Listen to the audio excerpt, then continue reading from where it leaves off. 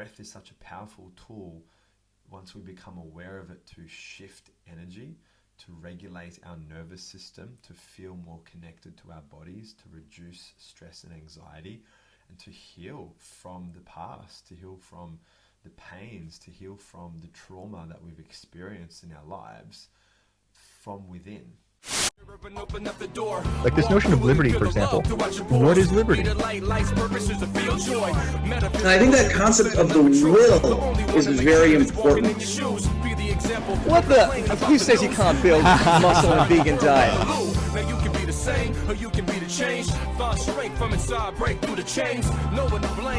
What's it like being a hottie in the vegan community? Bitcoin will not work as digital gold. Engineering, technology, these arts of humanity, they are magic. Everyone deserves the same chance, the same treatment, the same respect.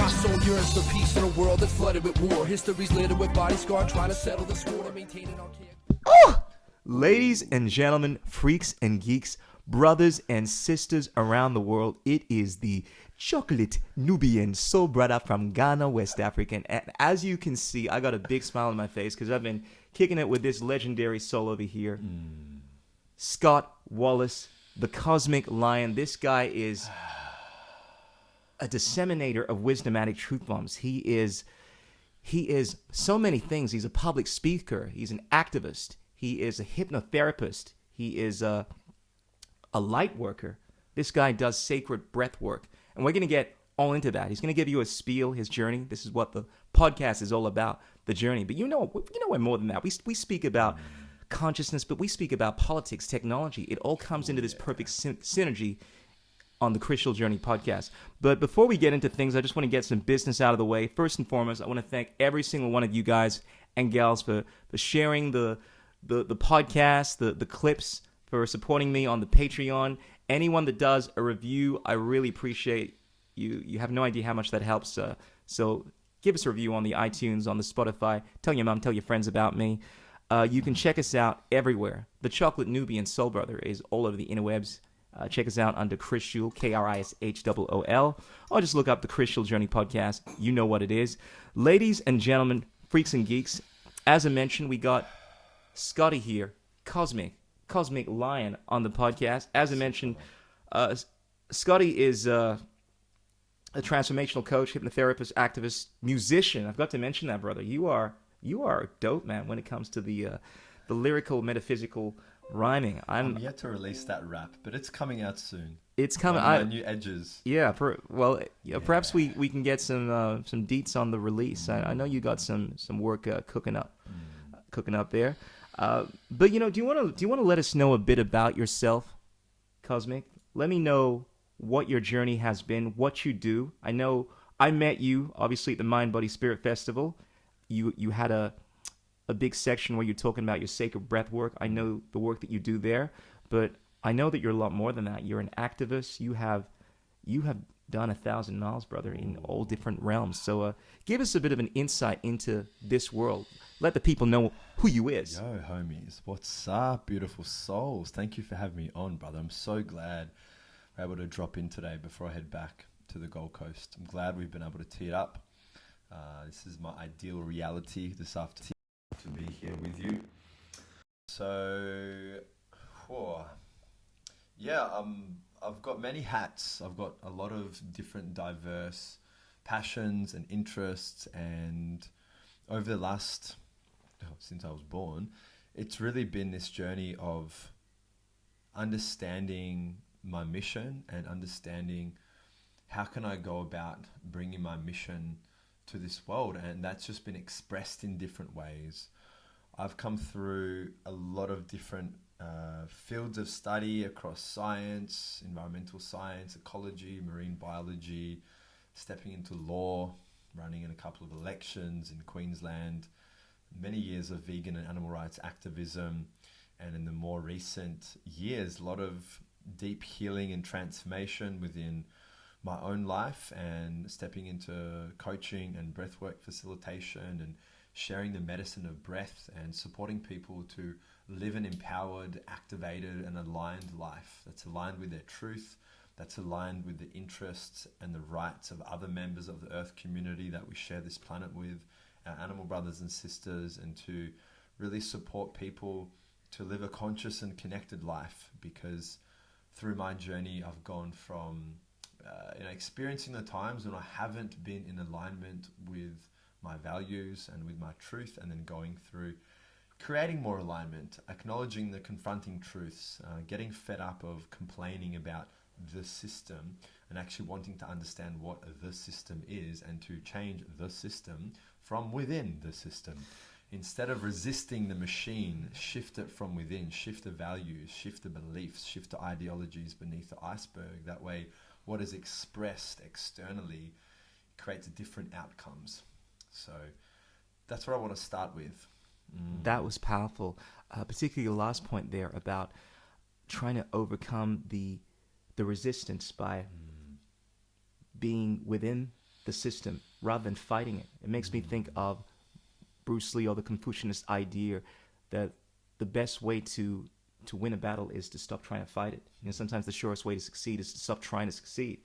It's this Aikido kind of yin-yang art of warfare. And I really resonate with that. Brother, this podcast very much aligns with what you speak about, because this is all about essentially uplifting the vibration of the planet, trying to uncover what is going on in this world. I mean, this has a very strong focus on trying to overcome the system, and I look at that as anything that oppresses our innate desire to exist, to be free. And whereas there is definitely a beautiful side of humanity, I always acknowledge that, and I try to focus on that. I come from this perspective where there are definitely things in this world that it's incumbent upon us to try to change in order to make the world a better place. You know, I'm the kind of person that is inspired by figures like Martin Luther King, Gandhi, Rosa Parks, these revolutionaries that planted themselves like a seed beside the river of truth and said, I'm not down with what's going on. Nay to that stuff. Yep. I'm going to try to change the world. Yes. And even though many people say it's not possible, we have living examples. And it's been like this, I'd say, throughout most of history. And I'm always inspired by truth warriors like yourself. And one of the reasons I want to get you on here, now we're going to get into the breath work. Believe me, we're definitely going to go deep into that, because I'm very curious, particularly after doing that awesome session with you, which you guys are going to get insight into. So many diverse threads we can explore. Absolutely, but all of it. Yeah, but I know a big part of your journey was trying to essentially combat some of the problems that you saw in society. Yes. You've been an environmentalist. Yes. You've gone into law. Yeah. You've done the activism in the realm of animal rights and so forth. So how did you get started in that? And when did that become a calling? Deep to my core, brother. Oh yeah. Sweet. So when did that become a calling? I grew up spending a lot of time around the coast, around nature, and all of us, you know, humans are just one member of the Earth community, and Earthlings, right? Earthlings, yeah. And I ended up studying. I spent a lot of time around the ocean, and as I was growing up, my family was from Croatia.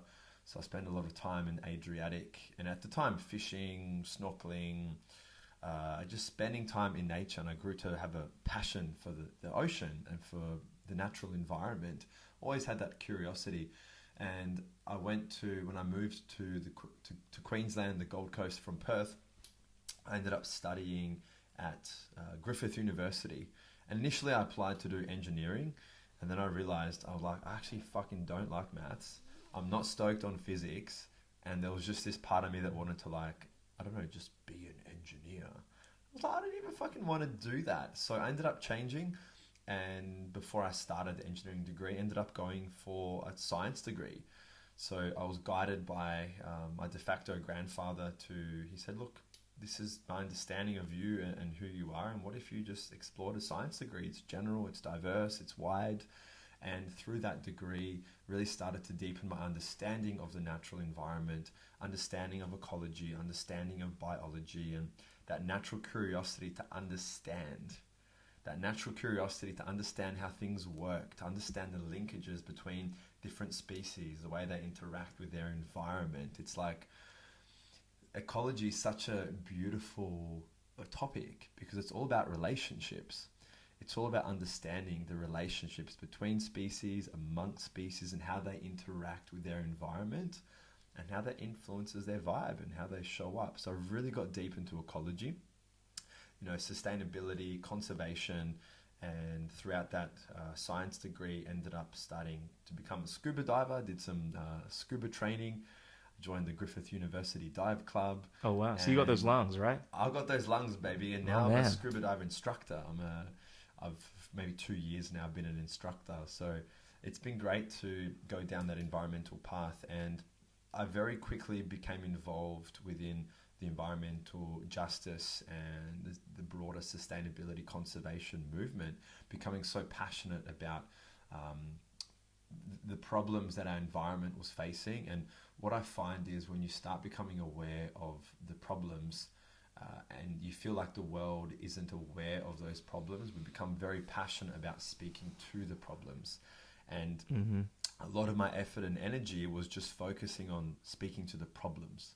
Focusing, there's a saying, where focus goes, energy flows. Where focus goes, energy flows. So energetically, if you're focusing on problems, you're focusing on problems. And what I found throughout that journey of conservation and sustainability was I needed to really look at my relationship with the change that I wanted to see in the world. It was actually, during my science degree, I thought I was doing the best thing for the environment by cutting down plastics, by eating the local organic grass-fed beef, by eating the dolphin-friendly tuna and all these things. And after I finished my science degree, I finished my honours, studied sea sponges. Not really a sexy animal, but they're fucking gangster. They're super powerful. There's some really wild chemicals and sea sponges. So they're the real SpongeBob SquarePants. They're sentient beings. We're talking. Well, sponges, they're animals. Yeah. Like. This is where it gets really interesting, right? Because there's so many sophisticated. Biology's gone out. Their phylum is Porifera. All right. So on the spectrum of, let's say, mushrooms to bacteria to plants to animals to humans, sponges. Like where did the sponges fit in the picture? They're a unique blend, hey? They're pretty funky. I can't even remember if they're animals. I'm pretty sure they're within the animal kingdom. Yeah. Anyway, let's move on. I can't remember. Okay, anyway, that's cool. So after the sea sponges, I came to realize just how I watched a documentary called Cowspiracy. And I've seen that. Cowspiracy was all about understanding the environmental impacts of animal agriculture, and so it blew the lid on my understanding of environmentalism. Because all of a sudden, I'd come to the awareness that the animal agriculture industry is the single most destructive industry on the face of our planet in terms of lives lost, water use, land use, the contribution to greenhouse gas emissions, ocean dead zones, you name it. And I was fucked off. I was so frustrated that throughout studying 4 years of environmental science and sustainability and conservation that I wasn't aware of this. This wasn't discussed. Environmental scientists were not being educated on this topic. So I became really passionate about veganism, about animal rights eventually, and wanted to be a voice for that cause. And when you're focusing so much on the suffering and the destruction, it drains your energy. And I've come to realize the importance of feeling, understanding and speaking to the truths that need to be spoken in the world, but energetically to sustain that we need to be focusing on solutions, feeling the fire from the problems, putting our focus towards solutions.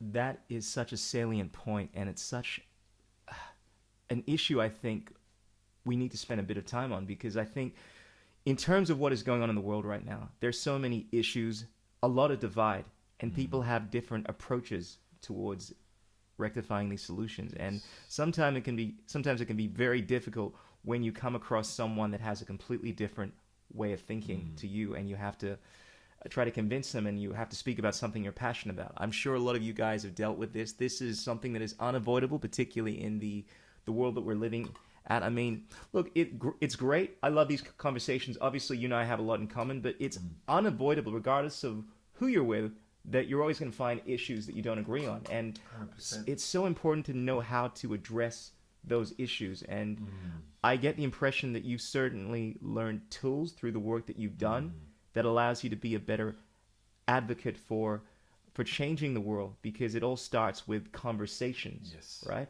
Yes. As much as I love to talk about being an activist in terms of, with the operative word being active here, work, going out, doing things that really there's nothing more. I mean, the pen is mightier than the sword, and the 21st century version of that is your words through the internet. Essentially, we're using these mediums in order to affect change, to influence society by getting these ideas out to them. Your expression, And your that's why I'm such a big fan of these conversations.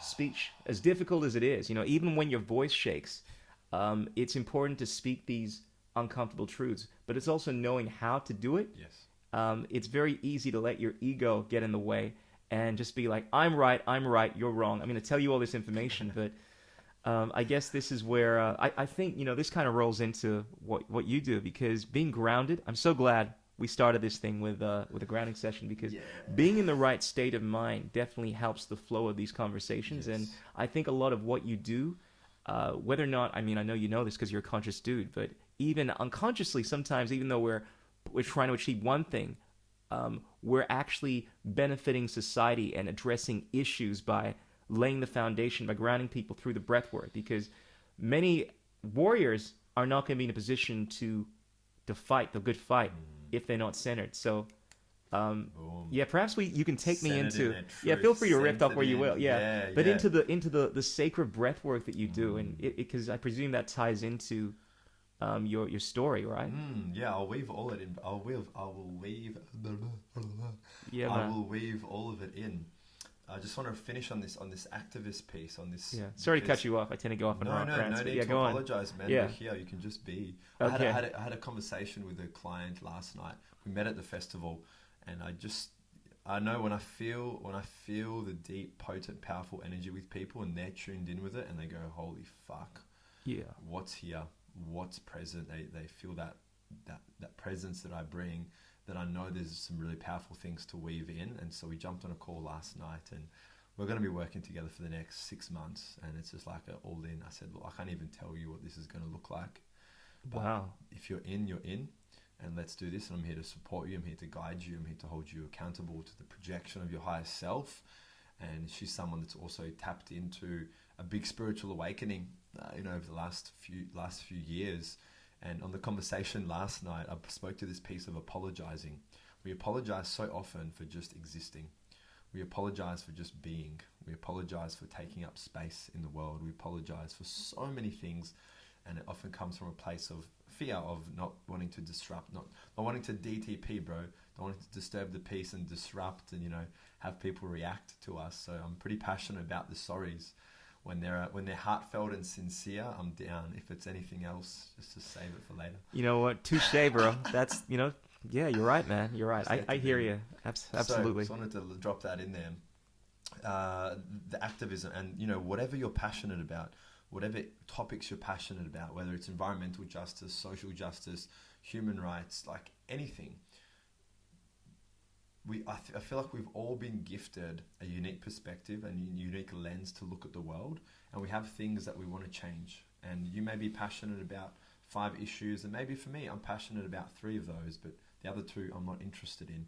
And I feel like whatever is real for us in our hearts, we have the ability to contribute to change for those topics in different ways, be it with our time, our energy, our resources, our investments, our content online, our conversations, our cooking, whatever it is. And there's so many different ways to go about affecting change in the world. And I just think if people just did the best they can with what they have and what they know to create change, and the first piece is becoming aware of the problems, and then to decide on a way that feels good for them to advocate to create change in the world. And people have different capacities. And I came to realize that, I looked at the issue of animal rights and animal agriculture being the biggest threat to other beings on this planet. That's just a symptom, but there's deeper values, deeper ideologies that are running our society the anthropocentrism, the human-centric worldview. Sure. The beliefs that humans are superior and somehow above nature and the rest of the earth community is the sort of deeper threads that permeate our society, that permeate our systems of governance, our legal system, and so much more. And coming through that many years of animal rights and vegan activism, after studying my law degree, after the science degree, I realized I want to influence things from within. And this was the whole piece of stepping into politics and coming into campaigning in 2 elections in Queensland for the Animal Justice Party. And we've got members in, I'm not currently a member, but I will re-sign. They've got MPs all around Australia, Victoria, New South Wales, and they're operating within the system to create change from within the system. And I see we need to be focusing on creating change at all levels of society. Some people get really polarized on it needs to be bottom-up grassroots, or it needs to be top-down governance, law, policy. The reality is we need everything. And I think if people can just focus on the change that they want to see and focus their energy there instead of trying to be like everybody else, then they stay in their own lane and they contribute to change in a way that feels good for them. Absolutely. I have this conversation a lot in terms of the best approach to address whatever issue it might be. And I come from the mindset that there are many different tools that you can use to solve a problem. Yes. Whereas I, being the technology enthusiast I am, I'm very much into the cryptocurrencies, into the AI, into whatnot that can be used to address some of these issues. It's not to say that this can't be addressed through other realms, through protests, through the political realm. And the idea that it needs to be one, it doesn't need to be the other. It doesn't work like that. So I respect that. But to me, it's also important about the approach, like what we're actually doing. Yeah. And so with the Animal Justice Party, so what was that all about? I mean, what was the Animal Justice Party? The party has 4 main values, which is kindness, equality, rationality, and non-violence.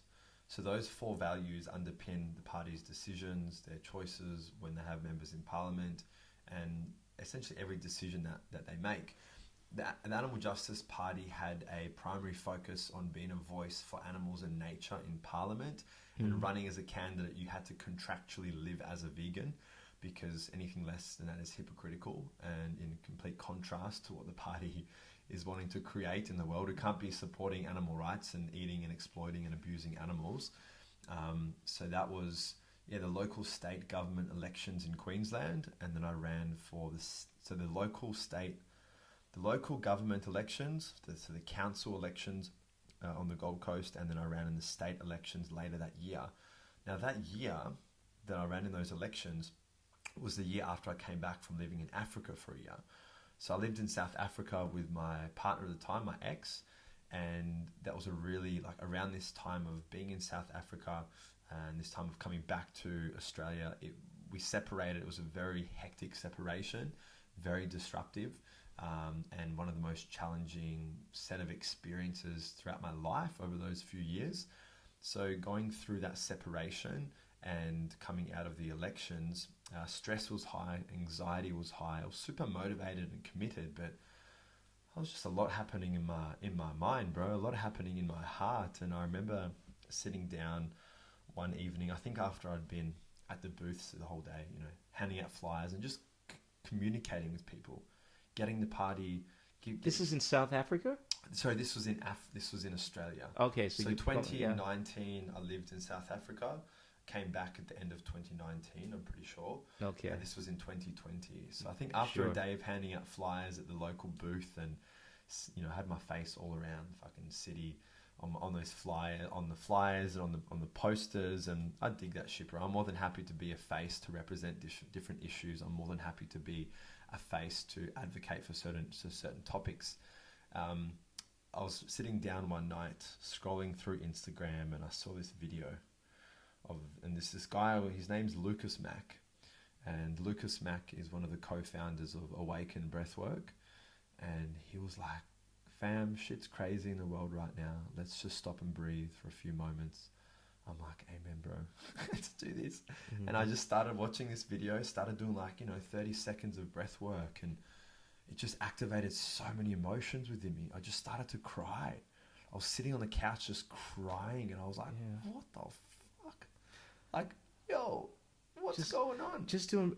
Perhaps this is a good moment to get into what breathwork is, because when I hear that, I would instinctively think just breathing. Don't we breathe every single day? What is, because I know you focus on, you call it sacred breathwork. I call it sacred breathwork. But what is it that is, because I have my own ideas, but I want to hear your thoughts on what this is and why it is so powerful in essentially dealing with the anxiety, trauma.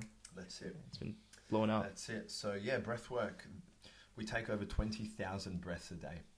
Okay. Most of these breaths are unconscious, right? They are driven by our autonomic nervous system, our ANS. So our autonomic nervous system is responsible for our heartbeat, our digestion, our breathing. It's like our robot, our autopilot. So the ANS keeps us breathing. However, that doesn't mean that our breathing is being optimized. So breath work, based off my understanding and from what I've learned, there's hundreds of different techniques of breath work. Breath work at its core is really about harnessing our breath consciously, becoming aware of the breath and using the breath through different styles, different ways of working with the breath to induce a desired effect.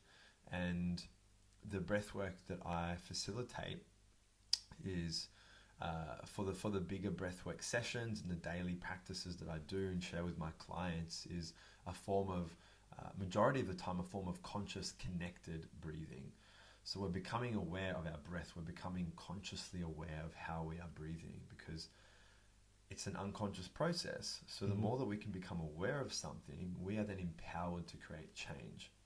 And breath is such a powerful tool once we become aware of it, to shift energy, to regulate our nervous system, to feel more connected to our bodies, to reduce stress and anxiety, and to heal from the past, to heal from the pains, to heal from the trauma that we've experienced in our lives from within. So breath work, for me, the two most powerful parts of breath work is healing and transformation, and being able to let go of the past to create space for the new. So, with masculine and feminine energy dynamics, we look at our inhale as being our masculine. It's doing. It's taking a nice deep breath in. And our exhale is our feminine energy. We're softening. We're letting go. A lot of people are not breathing deeply and fully. A lot of people are living with a dysregulated nervous system, and they've often, based off what I've experienced, and a lot of my clients are more so dysregulated in terms of their sympathetic nervous system being active. So the sympathetic nervous system is connected to the fight and flight stress response. It's the anxiety, the tension, the stress.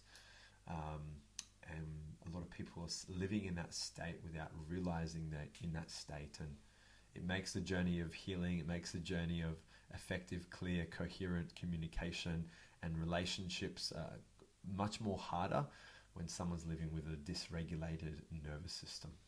Oh, no doubt. I can definitely relate to what you're saying from my own personal experiences, just in terms of observations I've made when I'm stressed out and so forth, how that affects my breathing. Very shallow breathing when you're nervous and so forth. And whereas I'm not as familiar with, I guess, what I would call the more modern forms of breath work, I kind of come from the... Stay hydrated, homies, by the way, and check in with your breath. How are you breathing right now? Well said. Well said. I love that. I've noticed this is a thing, because I've heard you do this twice, right? Where you're like, shit's crazy in this world, Remember to take a deep breath and relax. That's good, man. And it's... I can feel the tension building up. It's powerful, because the breath is... we often forget it, but the breath is at the heart of changing things, And that's... It's a powerful bridge between timelines. The breath allows you to access your inner medicine. The breath allows you to access altered states of consciousness, to bridge timelines, to bridge dimensions, and really start anchoring that element of ether, that air element, into your body mind system, like we're tapping into the unseen and creating a physiological and an energetical shift within our field, within our bodies, within our minds, all through breathing. The experiences that I've had and the experiences that my clients have every single week are out of this fucking world, man. It's really such a wild medicine and a wild key. The your breath is your key to your inner world.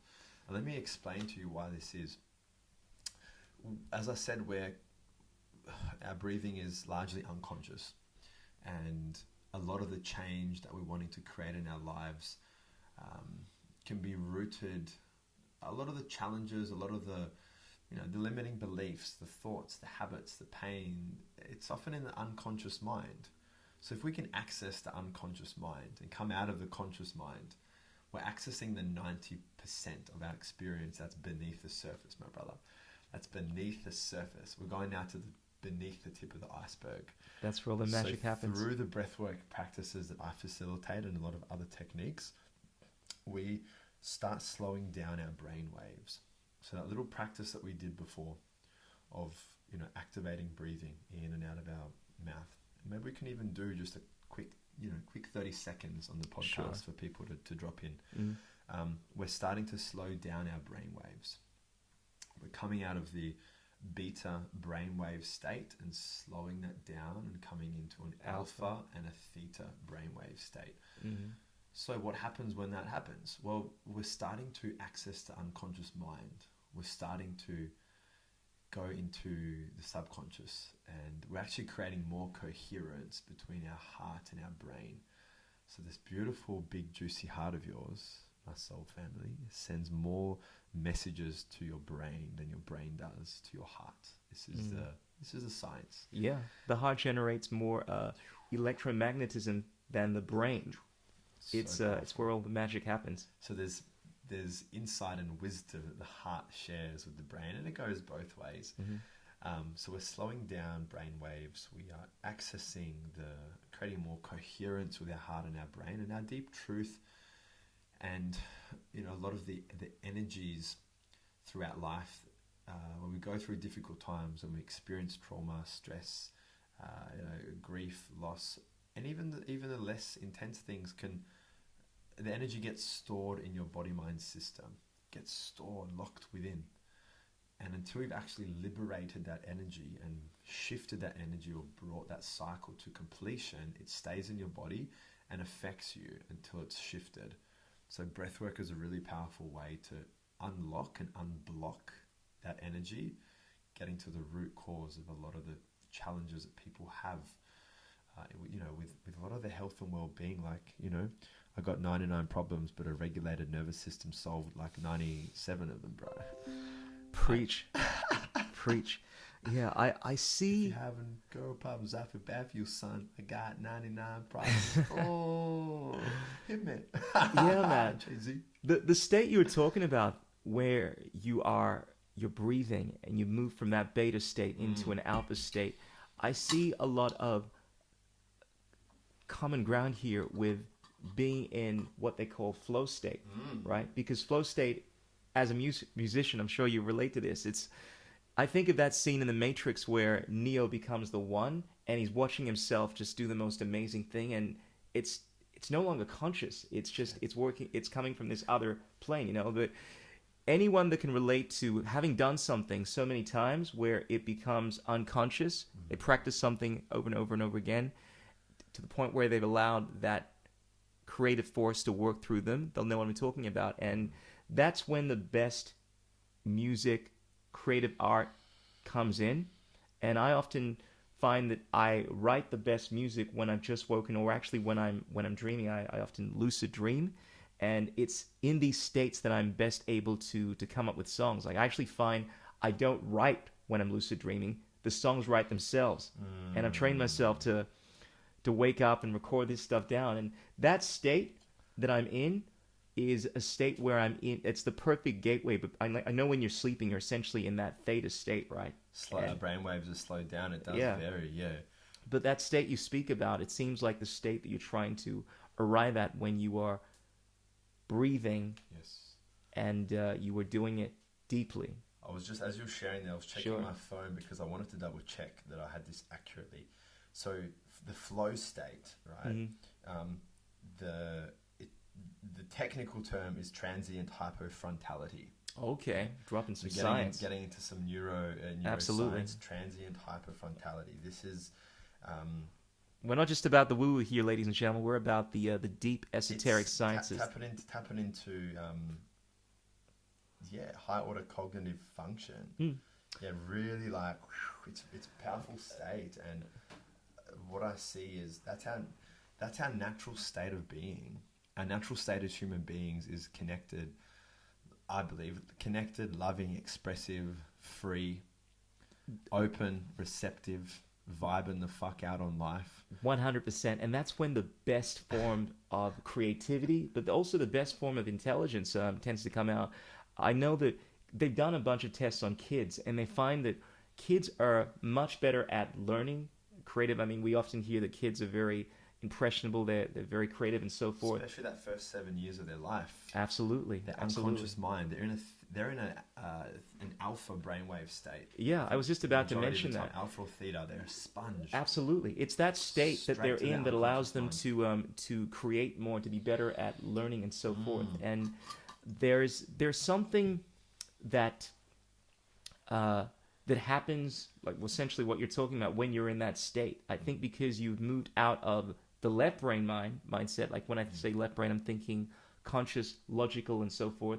In the theta state, you're connected to super consciousness, call it what you will. This is the realm. In, bro. You're tapped the fuck in. Absolutely. To the unseen, to Yeah, your and this higher is consciousness, exactly bro, your multidimensional nature as a spiritual being. Bro. 100%. This is where you get real genius. This is the kind of stuff Nikola Tesla would speak about. These states of consciousness. Like Yes. Tesla would speak about how many of the revelations that he received, it felt as if he was essentially downloading this stuff. Leonardo da Vinci, I think, would have been under similar category. Like he's someone that was able to come up with ideas that were so foreign to his world at the time because he was in this state of consciousness. And you find that it's interesting because in ancient times, the word genius, right, was synonymous with the concept of the genii, which basically the genii is supposed to be this muse. It's like this, call it what you will, this entity that is working through you. And they called a genius someone, not necessarily that had this perfect memory, left brain intelligence. Like when you have a look at the standard IQ test, granted it measures IQ based off of what's called crystallized intelligence. That deals with logic, reason, and so forth. And it also looks at problem solving, what we refer to as right brain intelligence. Yes. In the ancient times, like in ancient Rome, they looked at a genius as someone that was able to tap into this muse, right? Had this genii working through them, because the things that were coming out of them could not have been from them. They were so divinely inspired. This is why people Conduits, like, bro, yeah, the transmissions, exactly. the downloads, That's what we're allowing things talking to flow about. through them 100%, bro. That's what you call the music of the spheres. You know, Yeah. people like Mozart, people like Leonardo da Vinci coming up with these foreign ideas, right?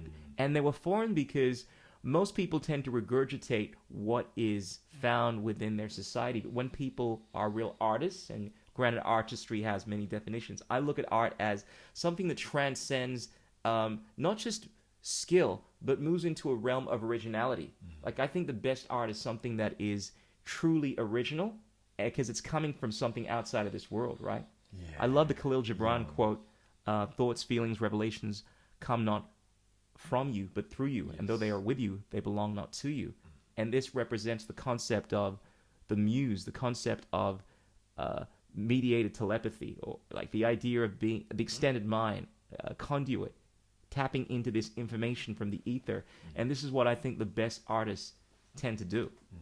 I feel you, bro. Yeah, what a beautiful flow that was. Yes, I feel you. Yeah. I feel you so deeply. And the way that I see a lot of the work I do within my facilitation and coaching and mentoring with people is I'm there as a conduit. I work with coherent energy. I'm here to reflect people's divinity back to them, to reflect, to hold that space for people to access their inner wisdom, to access their inner truth, and to access their inner ability to heal themselves from the inside out, to transform their lives from the inside out. And when we're in these altered states of consciousness, the coherence of accessing information from the quantum field, the coherence of accessing information and tapping into past experiences from your timeline and bringing in that clarity of what your future self is desiring, the visions of your future, what you are moving towards, I feel is so amplified in those states because the conscious, rational, logical thinking mind has started to slow down. And one of the really powerful things with breath work, at least with the breath work that I facilitate, that I know for sure, is a part of the brain called the default mode network. Okay, so the DMN, the default. I love you, brother. Man, I love you too, man. Oh man. DMN. That time you didn't do the little this one. We just went straight in. So anyway, the default mode network, it's a part of our brain that when we slow down our brain waves, the activity in the default mode network is influenced. Now, what is the default mode network responsible for? So it's the part of our brain that is responsible for our personality, our ego, our sense of self, and all the sort of front end self parts. So that default mode network is really wanting to keep us safe. Imagine, see this door behind you here. Imagine the default mode network is the bouncer that's standing there in the doorway between your conscious and your unconscious mind. Gotcha. It's like the filtering mechanism. Yes, it's there, and it's like, it stands there, and it's like, not a fuck you're going to come in here, or not a fuck you're going to leave from the unconscious mind, and it's there as a gatekeeper. Serves a really powerful purpose, but the default mode network can get in the way of our healing and our growth and evolving because it doesn't like the ego, right? It doesn't want things to change because if things change, there's uncertainty. If there's uncertainty, there could be unknown risks. If there's unknown risks, we could die, which is, and then that triggers a fight or flight response in our reptilian brain. So all of a sudden, someone has a thought which triggers their limbic brain. The limbic brain triggers the reptilian brain, and within no seconds at all, they're in a fucking stress response. They don't even understand fight why. Fight or flight, cortisol. Oh man, dropping the signs. So understanding, I feel you, brother. Understanding the links in this chain is really important. So I see breathwork as a really powerful way to actually bypass a lot of the conscious defense mechanisms that humans have developed to protect themselves, because brain waves, This is all connecting to me, Brain waves, when we slow down our brain waves, activity in the default mode network actually slows down, which is correlated with the dissolution of the ego. My man, bro. I didn't want to speak this initially because I was still somewhat unfamiliar with breath work, at least what your work entails. But this is all connected to, in my mind, yoga. Like reaching, because the thing is, yoga, people think of yoga as being going through all these asanas, these positions, but there are many different types of yogas, and it's all about attaining union. That's what the word. My favorite type of yoga is coconut. Coconut. I haven't heard of that yoga. I'm gonna have to defer to you on this one. All right, but Coco Bella, bro. It's one of my favorites. I'm not sponsored by Coco Bella, by the way. Coco Bella. All right. Well, yeah, we got to get into some of that Coco Bella yoga, but I guess fuck the dairy industry. Get on that coconut. Yeah, but look, realistically, anything can be done in a yogic state. Like the idea is to, they speak about this in the Vedas. Like basically, Krishna, interestingly enough, was supposed to be the personification of yoga, right? In the Mahabharata, like his whole ability was to, regardless of anything that he would do, regardless of if there was a war going on or if he was in love, he would always maintain this state of balance, calm. And this is the state that we're talking about when we do breath work. And the idea is to obtain union, and there are all these different paths to attaining that state. So obviously there's the Hatha yoga, which is the asanas and so forth. And then there's the breath work. And interestingly enough, they speak that we do these exercises in yoga. The pranayama breathing techniques are a very powerful form of breath work that are done in order to achieve these altered states of consciousness. Yes. And some of the amazing things that I've seen people do with this stuff.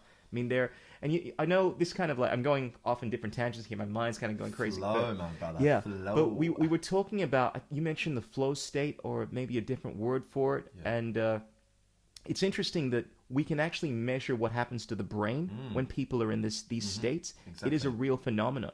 And so this isn't something built of air and imagination. Like, this is a real thing.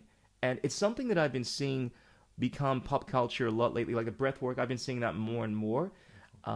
I feel that these concepts, granted there are different iterations of it, but they're all stemming from essentially ancient traditions. Like I know you must be familiar with Wim Hof. Like a little bit, yeah. It's a really common breathwork technique. And Absolutely. A lot of people go, oh, pranayama or yogic breathing or Wim Hof, and it's a great introduction for people.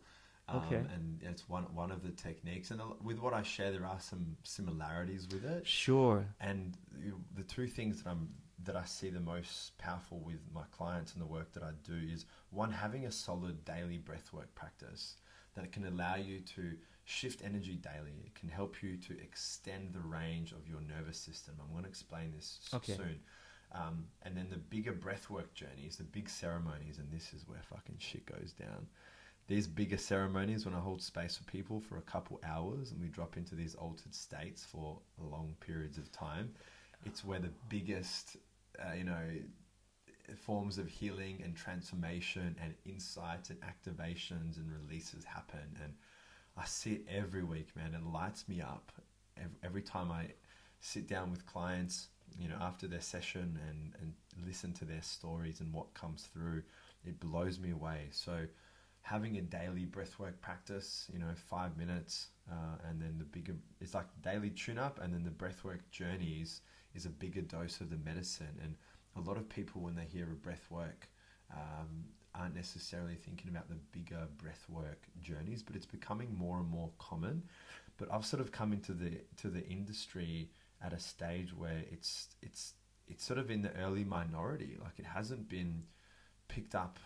I don't feel it's being picked up into the general mainstream culture and awareness yet, but it's well on its way. That's how I feel. It's becoming more and more. And I remember I got opportunity to ask David Goggins about breathwork. Oh, wow. The David Goggins. Damn, son. And I asked him at a big event, and I said, David, have you experienced a breathwork journey, and have you been able to tap into that medicine and power of your breath in your training and with all your wild shit that you're doing? And I don't think he's experienced a breathwork journey in the way that I facilitate. Yeah. It's all about staying hard, motherfucker. Yeah. Say something like that. Yeah. I ain't got the time to breathe. But I'm staying hard, motherfucker. Hard. Like, he's such a, and that Goggins attitude, that's a part of him. And I got to, to spend some time with him at this event and hear his fullness, and to hear him share and to hear different parts of him. Because, that's the Goggins persona, and it's a real part of him. But also, it was saying that some people, that's what they most need, is that stay hard, fucking go for energy, don't give up. Mm-hmm. But that's one part of him, No doubt. There are different paths to it. I definitely... So David Goggins, if ever you listen to this podcast, my brother, I'd love to hold space for you and drop in for a breathwork journey and shift and potentially disrupt your worldview and the way you view yourself. Yeah, man. It's interesting. Like, I definitely see David Goggins as someone that is a warrior in the very essence of the word. He's someone that is very disciplined, very type A personality, has that life force working through him, hard on. There is another approach, though. I look at this from the archetypical perspectives of warrior, king, magician, lover. Yeah. Whereas there's one approach to achieving this alpha state. All right, like, even I think through discipline, because I just had an amazing efflorescence of consciousness here. Right, this all ties in because I'm like, where am I going with this? I'm the chocolate newbie. I'm going to drop some knowledge. I mean, this is the most conscious podcast in the multiverse. I got to drop some powerful knowledge here. Check this out. All right, through discipline. Per ardua ad astra, right? This is the David Goggins approach. David, if you listen to this, check this out, right? You can attain this state of altered consciousness, where we're in the flow state, right? By doing something repetitively over and over and over again, you reach this point where it moves from the conscious into the unconscious. This is why you do drills over and over and over again, right? Whether you're a musician, whether you are a pianist and so forth, until you are no longer thinking about this. This is why Bruce Lee would speak about being unnaturally natural, right? You do something over and over again. It's unnatural. You don't want to do all this stuff like, what? I don't kick like this. Like, you must be like water. What do you mean be like water? I got to do like that. That's not my natural flow state. But then eventually it becomes intuitive. You don't think about it. And through that discipline that David Goggins is always doing, by always being hard, he no longer has to make a conscious effort to be hard. That sounds really weird. He's just naturally hard all the time, you know? Yeah. Absolutely. So you know what I'm saying, right? Yeah. Yeah, absolutely. And I love that. It's shifting the baseline, shifting the default level of being, shifting the default state of awareness, your default vibration. And this is something that breathwork has supported me. And the amount of healing and transformation and growth that I've done over the years. And now that I get to support other people to shift their energetical baseline.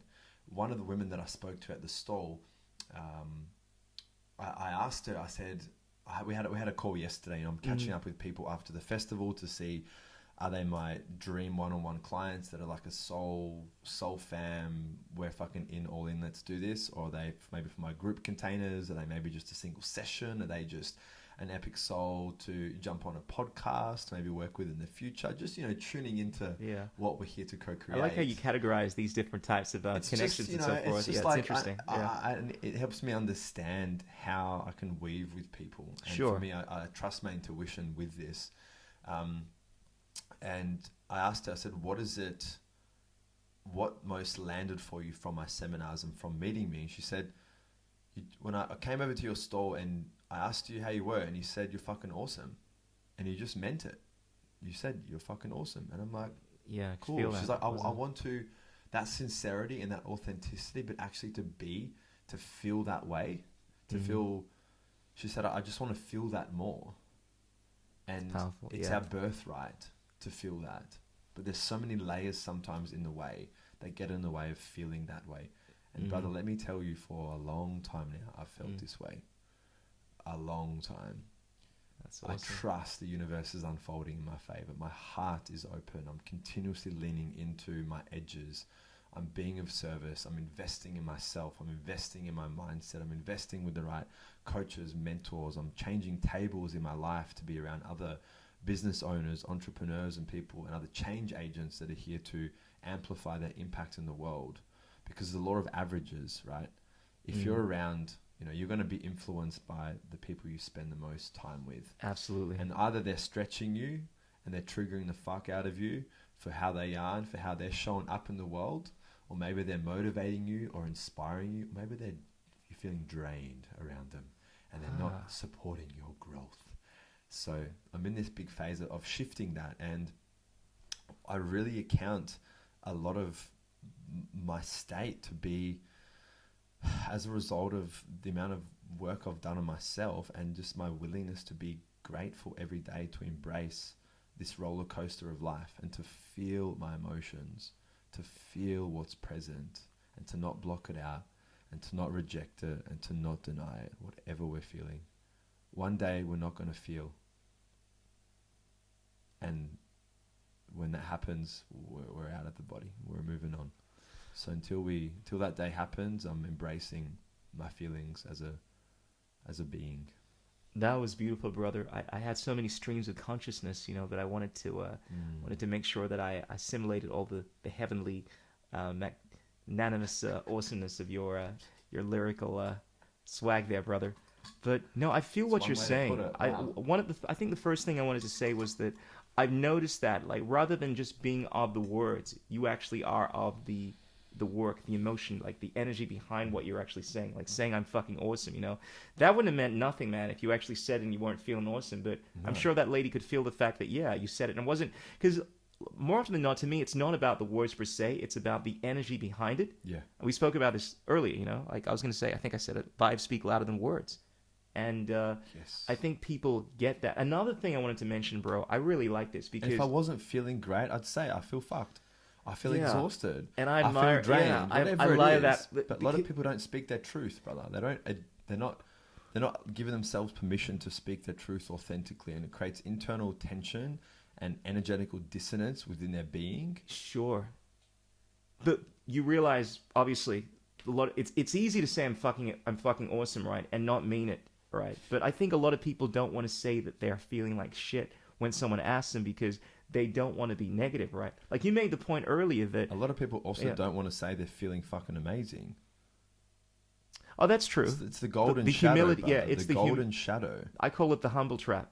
You know, it's Like- kind of that's like I don't want to say I'm awesome because people are going to think I have a big ego and so forth. You know, when there's nothing enlightened about shrinking, so people don't feel insecure around you, right? You take a step forward, Yeah. people judge you. You take a step backwards, people are going to judge you. You take a step left, people are going to judge you. You take a step right, people are going to judge you. If you do absolutely nothing and change nothing for the rest of your life, you are still going to be judged. So irrespective of what you do and how you show up, there is going to be judgment in this world of your actions, choices, and decisions. And the quicker that people realize that any of those judgments is more of a reflection of the internal state and of that other person's being, it's more about them rather than you, and you realize you're the biggest critic of yourself, and most people don't give a fuck about what you do. And when we own that and continue to step into that, we liberate ourselves from so much pain and suffering, brother. Oh, that was dope, man. That was dope. I am certain that the AI technology I use is going to take that segment and make some viral clip out of it, because that was too golden for it not to pick that shit up, you know? Because that's my thing now. I don't have to go through all this stuff and look for golden moments like that. I let the technology Bringing in take it. AI, so Yeah, good, man. I'm so But- down. Yeah, bro. But that was a golden point, man. It is one I wanted to reiterate that regardless of what you do in this world, you will be judged. And the thing that I have been thinking about a lot more often than not is the end, in terms of like having I you know, people know my father passed away a few years back, and it got me to think more. I mean, I think we're all doing this, but just the finality of it, it made me think more about the kind of life I want to live. And I know myself, I'm fortunate enough to very much know who I am in terms of like who I really am, what I want, what I'm about. You know, like whereas, you know, we all bullshit, you know, different situations, but I don't bullshit myself, right? Like I know deep down what I want, and as a result, I'm trying my best to live that life. And as a result, I don't want to live a life where I am doing or being something that I don't feel is the right space for me. And I think that's the right path, you know, because when you finally do look back on all your life, the thing I often hear from people that are close to their final chapter, at least in this Euclidean meat space, as I call it, is that they regret not. It's not so much the regrets of taking chances. It's the regrets of not erring on the side of passion, not actually following their bliss. You know, like I could easily, you know, take the 9-to-5 route and, you know, work as a, you know, working in a corporate bank or something like that. You know, I've done that route. Like I could easily take on this boring job where I'm just getting money, but I know that my life has to be more than that. That's why, you know, I've taken on the route of the artist, you know, of the performer, essentially trying to do something that I will be happy about doing, fulfilled. It's such a great value, fulfillment. And this is last night on a coaching call with my coach and our little cosmic crew. We're speaking about fulfillment, and I think it's crucial, because, you know, I've started to work with and mentor and support a lot of other business owners, entrepreneurs, change agents with their personal development, with their emotional well-being, with their spiritual alignment, with their vibration and their energy. And what I've noticed is there's a lot of people have been working but haven't been doing the work. Ooh, right? Elaborate on this, because you made this point when I first met you, and it's so profound. They've been building their business, they're All making some fucking bank, you know, they've been hustling, they've been grinding, but they haven't necessarily been investing the same amount of time, effort, and resources into their own health and well-being, into their own alignment. So they haven't realized that they themselves are the most important asset class they could invest into, because there's such a huge ROI, because your business... What's an ROI? Return on investment. Gotcha. Right? Yeah. The best ROI is investing in yourself and your growth and your journey. there's a level of fulfillment that for some people, and I've experienced it, is there at times, and it's not there at times. But for me, I've really been slowly building my business over the last few years, maintaining time freedom, maintaining, to some extent, location freedom. I'm in here in Melbourne for 2 weeks, running an event, connecting with clients, jumping on for podcasts, enrolling new clients to come into my Kudos, man. into my portal, into my field, and I'm having the best fucking time. I'm grateful. I'm being, and I get to spend time with my dad in Melbourne, and my coach is working with me because I reflect back to him the alignment with health and well-being and the fulfillment on this journey of building a business. And I went from a couple of years ago being on Centrelink, which is for any international homies, it's the Australian welfare payments. I was on government welfare payments a few years ago, and then now I'm running a 6-figure coaching business and breathwork business, and my company, things are going really, really great. And I've shifted my financial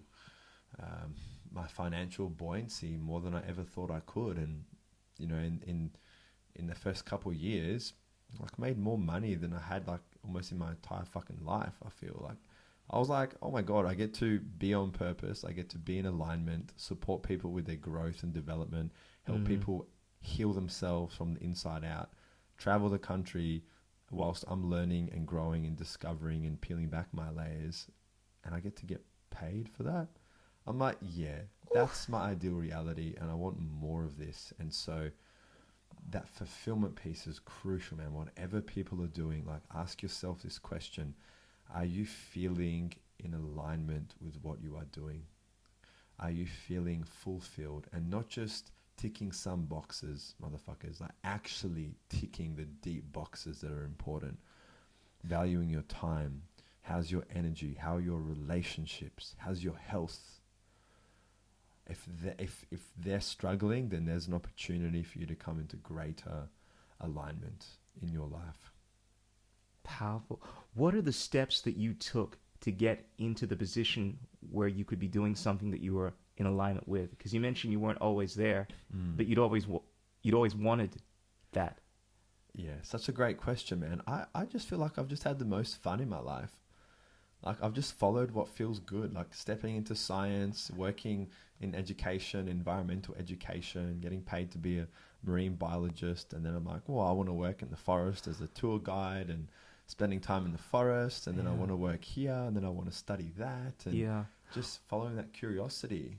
Well, that's interesting, because I know stepping into business was a whole new fucking edge, bro. Sure. Well, we'll get to that soon, but what's this thread that's coming through for you now? Okay, so absolutely, you followed what you most loved, what you most enjoyed. Now, some of the things that you did, I get the impression from what you told me, they were done because you felt the need to do it. For instance, the whole activism phase, all that kind of stuff. Because I can relate to that in terms of, there are things that I want to do naturally, in terms of I look at this as being an intrinsic love, because I love doing this for the sake of doing it, like my music, right? Performing, being a clown, all that kind of stuff, all right?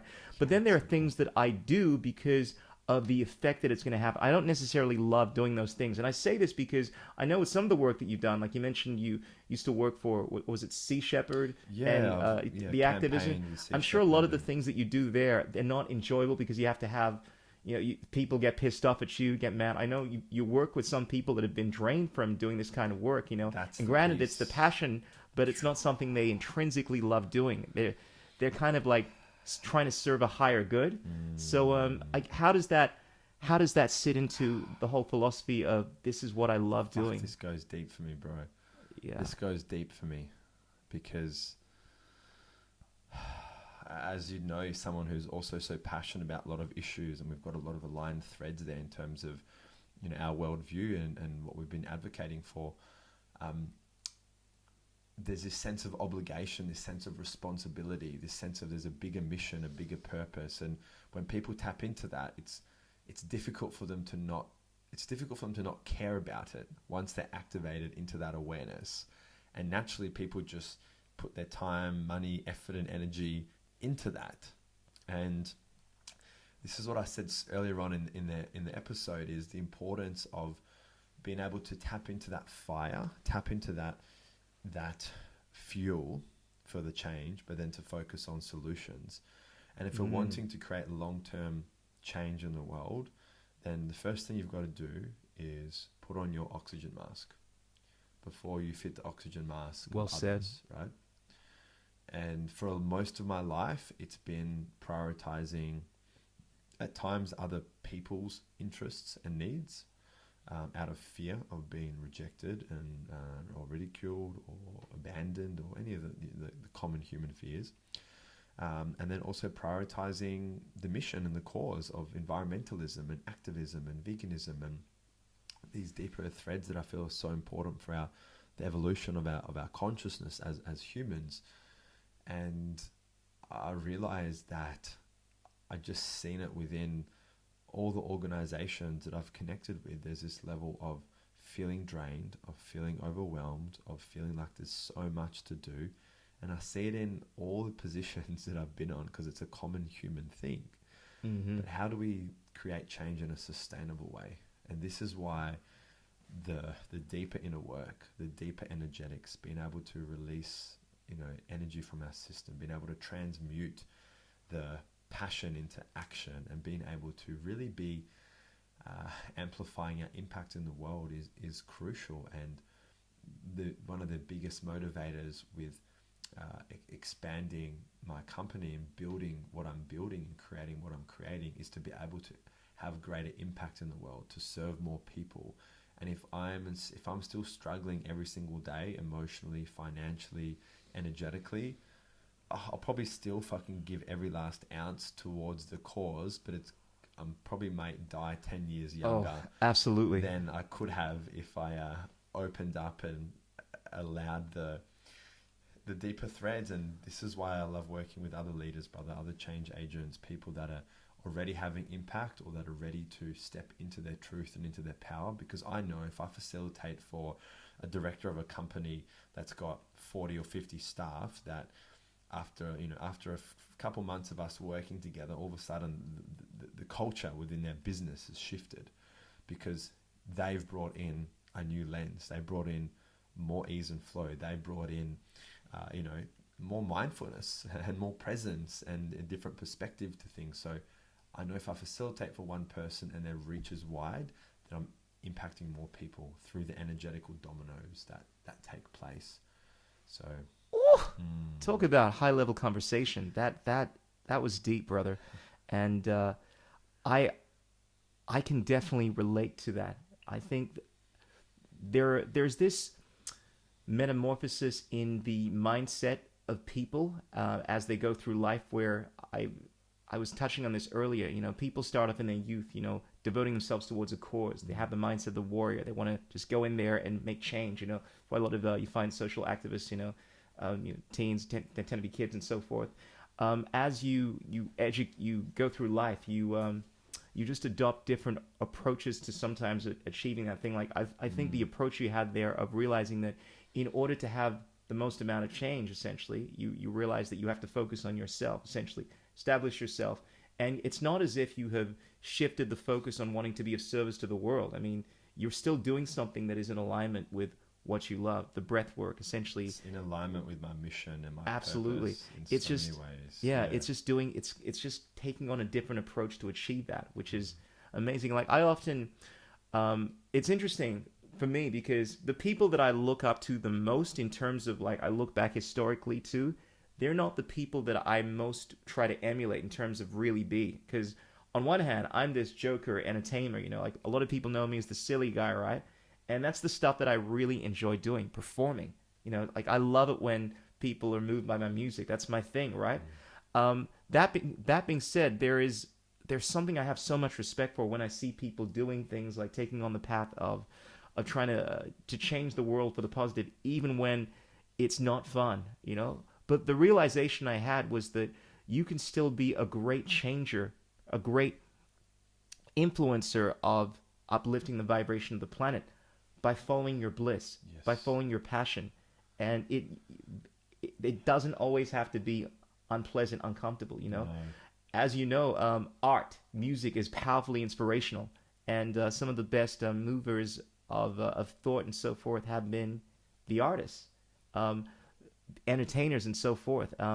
Sometimes the best way to actually change the world is not by hitting it, like going after that change directly, by trying a different approach. So that's the kind of approach that I've taken towards that, because something that I'm sure you see a lot in your work, and I'd love to touch on this, is people that have gone through a lot of trauma by essentially trying to be sacrificial lambs. I mean, without going through any anecdotes of the people you work with, like, what kind of people do you see that go through breath work? Because obviously I'd imagine people typically do this because they're wanting to address the trauma that they're dealing with, or do people? I guess there are many reasons for why people do this, but what are the main motivations for people getting into this work, and what are they kind of coming from? Yeah, such a great question, man.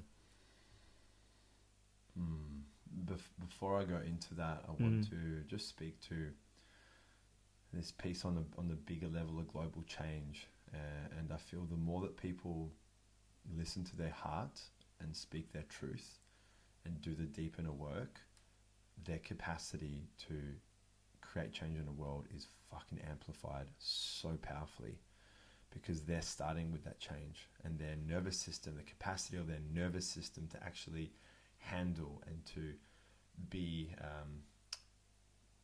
to manage the scale of the change that they're here to create, it is amplified. So I connect with people that have a number of different motivations and interests and curiosities with breathwork and mentoring and coaching, but some of the biggest frequent problems and challenges that people have, a lot of people are just feeling like something's stuck within them.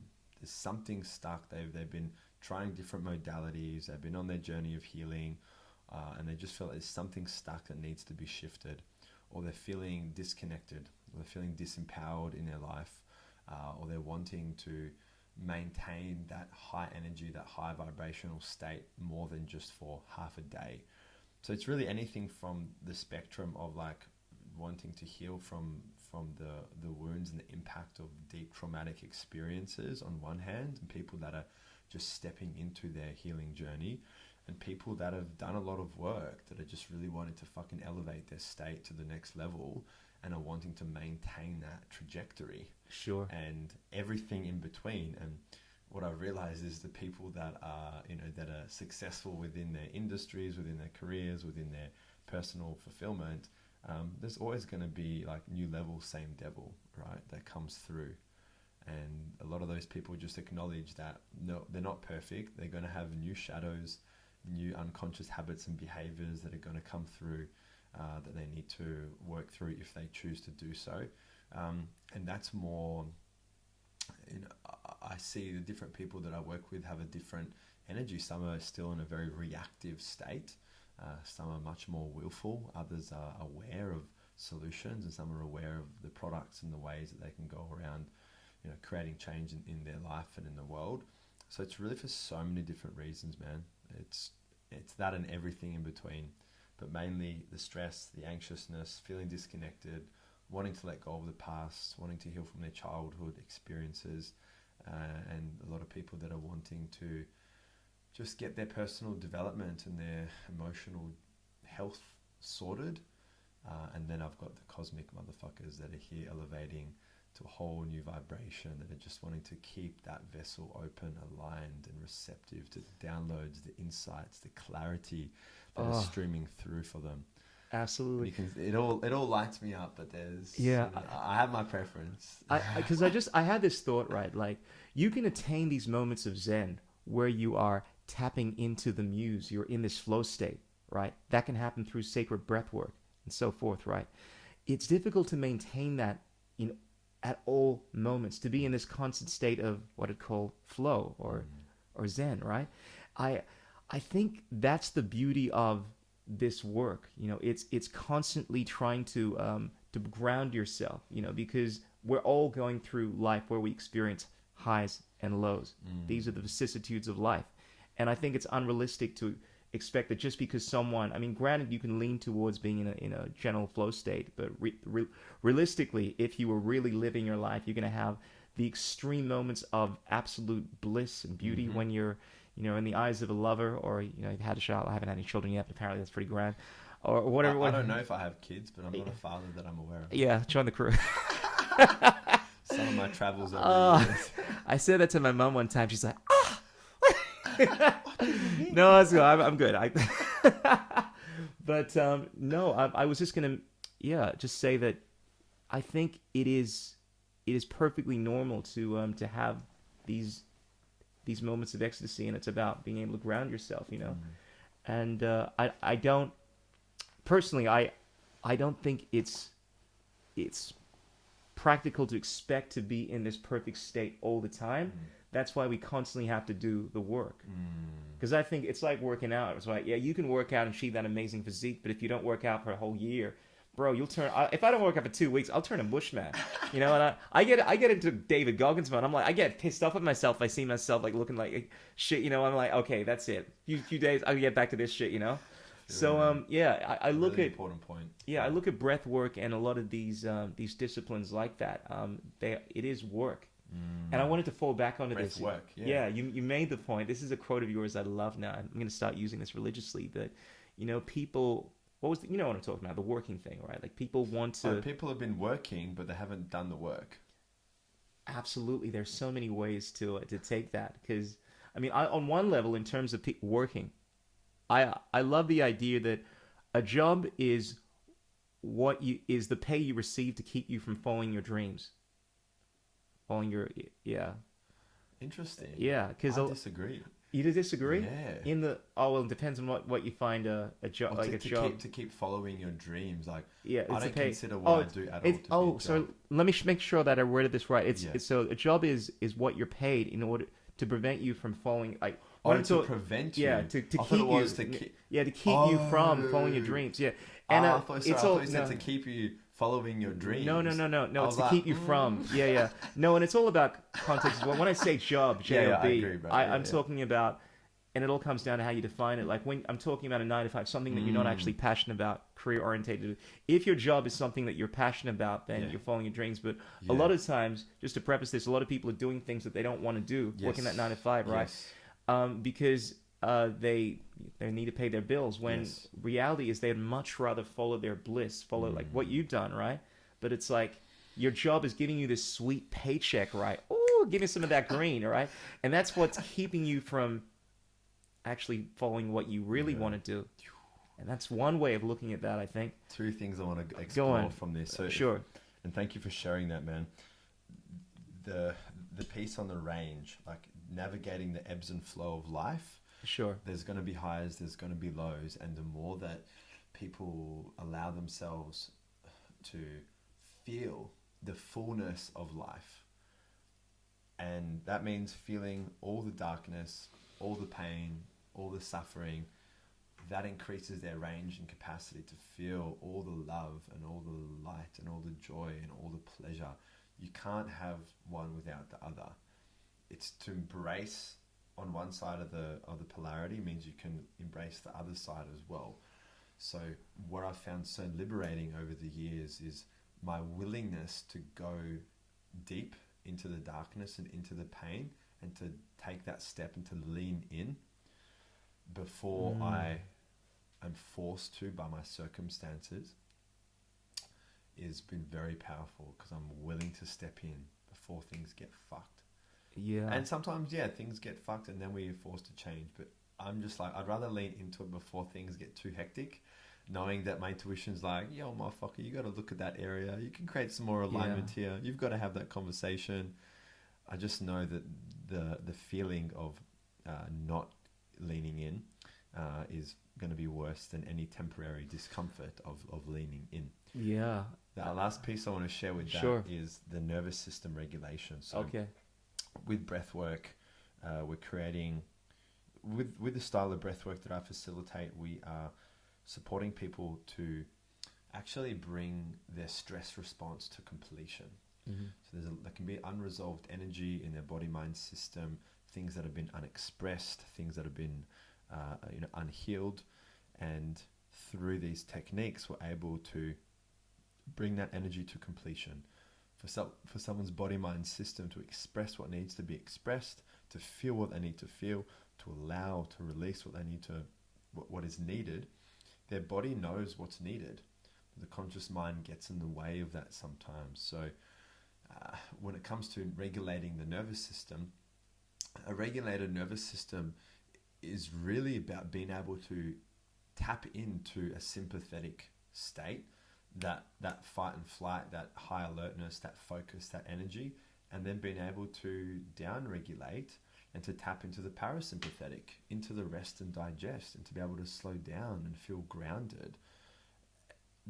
A flexibility within the nervous system is so important to be able to navigate the stresses and the challenges and the highs and lows of life.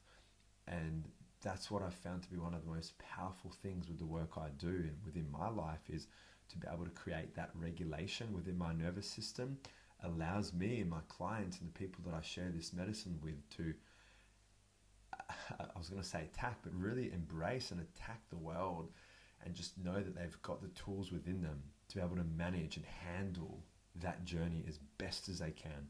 And all I'm here to do is to offer the knowledge, the tools, the wisdom, the accountability, the stretch, the guidance for people to be able to navigate this wild journey of life just a bit more smoother. Ooh, absolutely. Oh, absolutely, man. I got to ask you though, because look, one of the things I love about you, man, is you come across as very grounded. You know, like it's calming being around you. I know though that whereas I have my moments and so forth, I think we all do. What are some of the? Do you still have it? What are the most difficult challenges that you have? Things that really tick you off? Like, do you ever have moments where you're in the state of ungroundedness and you're walking back and forth and you can't get that thought out of your head? Like, what are some of the challenges that you faced amidst all your Zen? So sometimes actually the first thing that comes to mind is what some of the things that trigger me the most is actually around animal rights and veganism. It's fucking deep, man, because I'm aware of the suffering that's happening in the world. I'm aware of what people are contributing to unconsciously. Then some people are aware and they're willing to pay for abuse and violence, and other people are just not aware and living in a non-vegan world where there is animal exploitation and the magnitude of the lives lost and the environmental destruction. It hits me hard, man. And when I'm around other people eating animals and drinking the dairy and this and that, I know what's happening. And so it's hard for me to, like, I don't get reactive, but I definitely feel the energy within my body. And then I'm often one to just plant seeds around, have you ever drunk dog's milk before? Have you tried dog's milk? People are like, what the fuck? What do you mean dog's milk? I'm like, well, we don't need dog's milk. We don't need cow's milk. Why have you, Sure. Just to get those discussions going, right? So yeah, that's one thing that is I notice it within my body, quite a lot. And what else?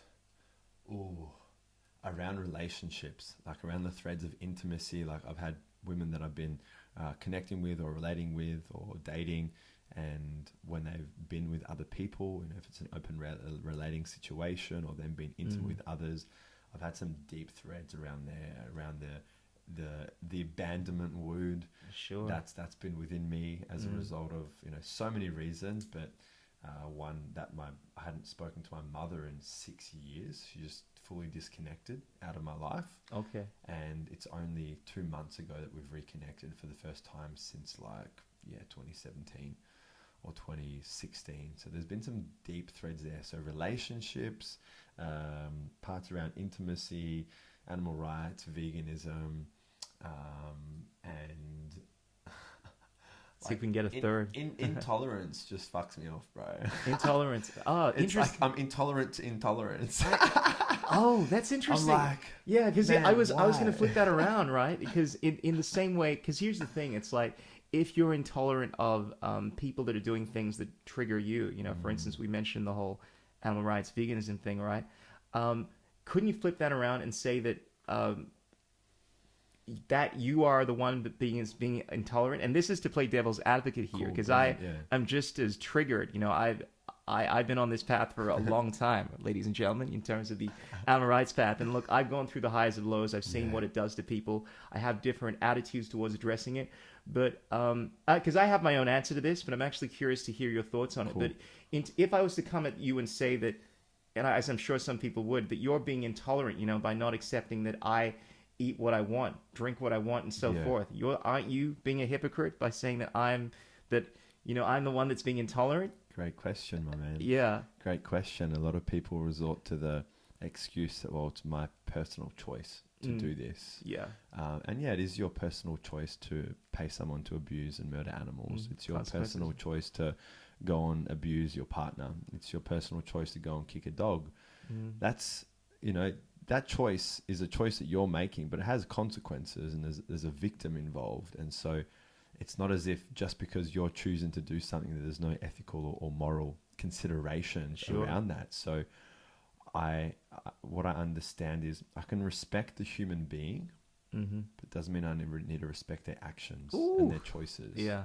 I don't respect people's choice to pay for animal exploitation and abuse. Sure. If it's out of necessity, it's a different story, but the majority of the world isn't doing what they're doing to animals or eating animals out of necessity. It's a shame for the animals, but it's like a different category of moral discussion for me. So I can respect the human, but I may not tolerate, and be respectful of their choice to do something, just like I wouldn't respect or tolerate someone's choice to be abusive to their partner or to go and do something to their children that's, against their rights and free will or anything. Like that's when I'm like, hey, the action has consequences. Sure. So, there's some things that I don't think should be tolerated. I agree with you, and I take on the same attitude in terms of delineating between the person and their actions. I tend to be more nuanced though when it comes to the actual action per se, because like if we look at this in terms of relationships, right, there are certain things that you can do. For instance, you're not in a relationship with someone, you go and sleep with someone, and the other person gets hurt, and that's still a consequence, right, of something that you've done. However, you haven't committed any wrongdoing in terms of it's just the consequence of certain actions can still be detrimental, but they're not inherently wrong. And this goes in the whole philosophical. I get really detailed in this kind of stuff because like yourself, I love ethics and law and all this kind of stuff. And I also like with the whole animal rights thing, like I think about this stuff a lot, because a lot of people, bring up the personal choice thing when it comes to what you eat and say that you're contributing. And I always try to delineate between like 100%, there are certain actions we'd agree, I think, universally that are wrong, particularly if we apply them to humans, like killing, raping, and all that kind of stuff. But when we look at the potential consequences, like if I was to go and let's say to kill someone wrong, if I was to go and kill an animal wrong, it's the step where it's someone that, one, paying for it, I still think that's wrong.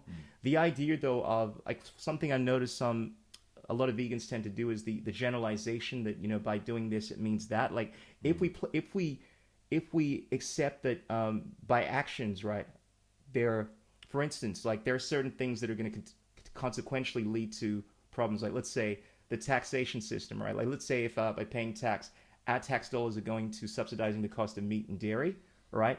Then you could indirectly say that by you supporting this, you're fueling animal agriculture. And a lot of the people within the farming, I guess the other side of animal rights, and make the argument to vegans that you're still slaughtering these, you're still causing the deaths of animals, right? By making consequential arguments that by the crops being used to feed the animals, all that kind of stuff, like the plants that you're paying for, they're obviously being used to feed animals. Like if you go into this consequential, I've heard it for fucking 8 years. Absolutely. So I always try to be very specific in terms of where I lay the fault. Like it has to be very direct before I say that someone is guilty of it.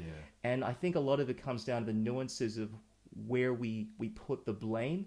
But that's just me speaking on how I look at the some of these issues around animal rights and relationships and so It can be forth. so polarizing, hey, within our culture, within our society. And Absolutely. that can be some of the most sensitive things to discuss. And Mm-hmm. I presence that when I talk about these things with people. I don't try to shy away from that things can be, triggering and polarizing, and to just embrace that, because I know what it's like, and I've spent a long time doing all sorts of activism, the political activism, the protests running through the food courts, the online content, the public speaking. Like, I've done so much, man. I can imagine.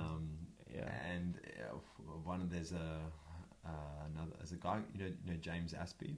Yes, I'm familiar with his work. So James Aspey, might actually be doing some work with him soon. Actually. Okay. Yeah, I've connected with him a few times, and he had this saying a few years ago, which was his approach to his activism at the time was inform and explain, not shame and blame.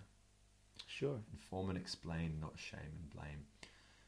And people naturally get defensive when someone attacks them or tries to come at them.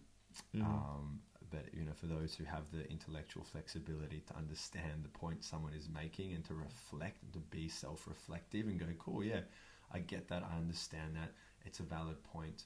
However, what's my choice? What am I going to do?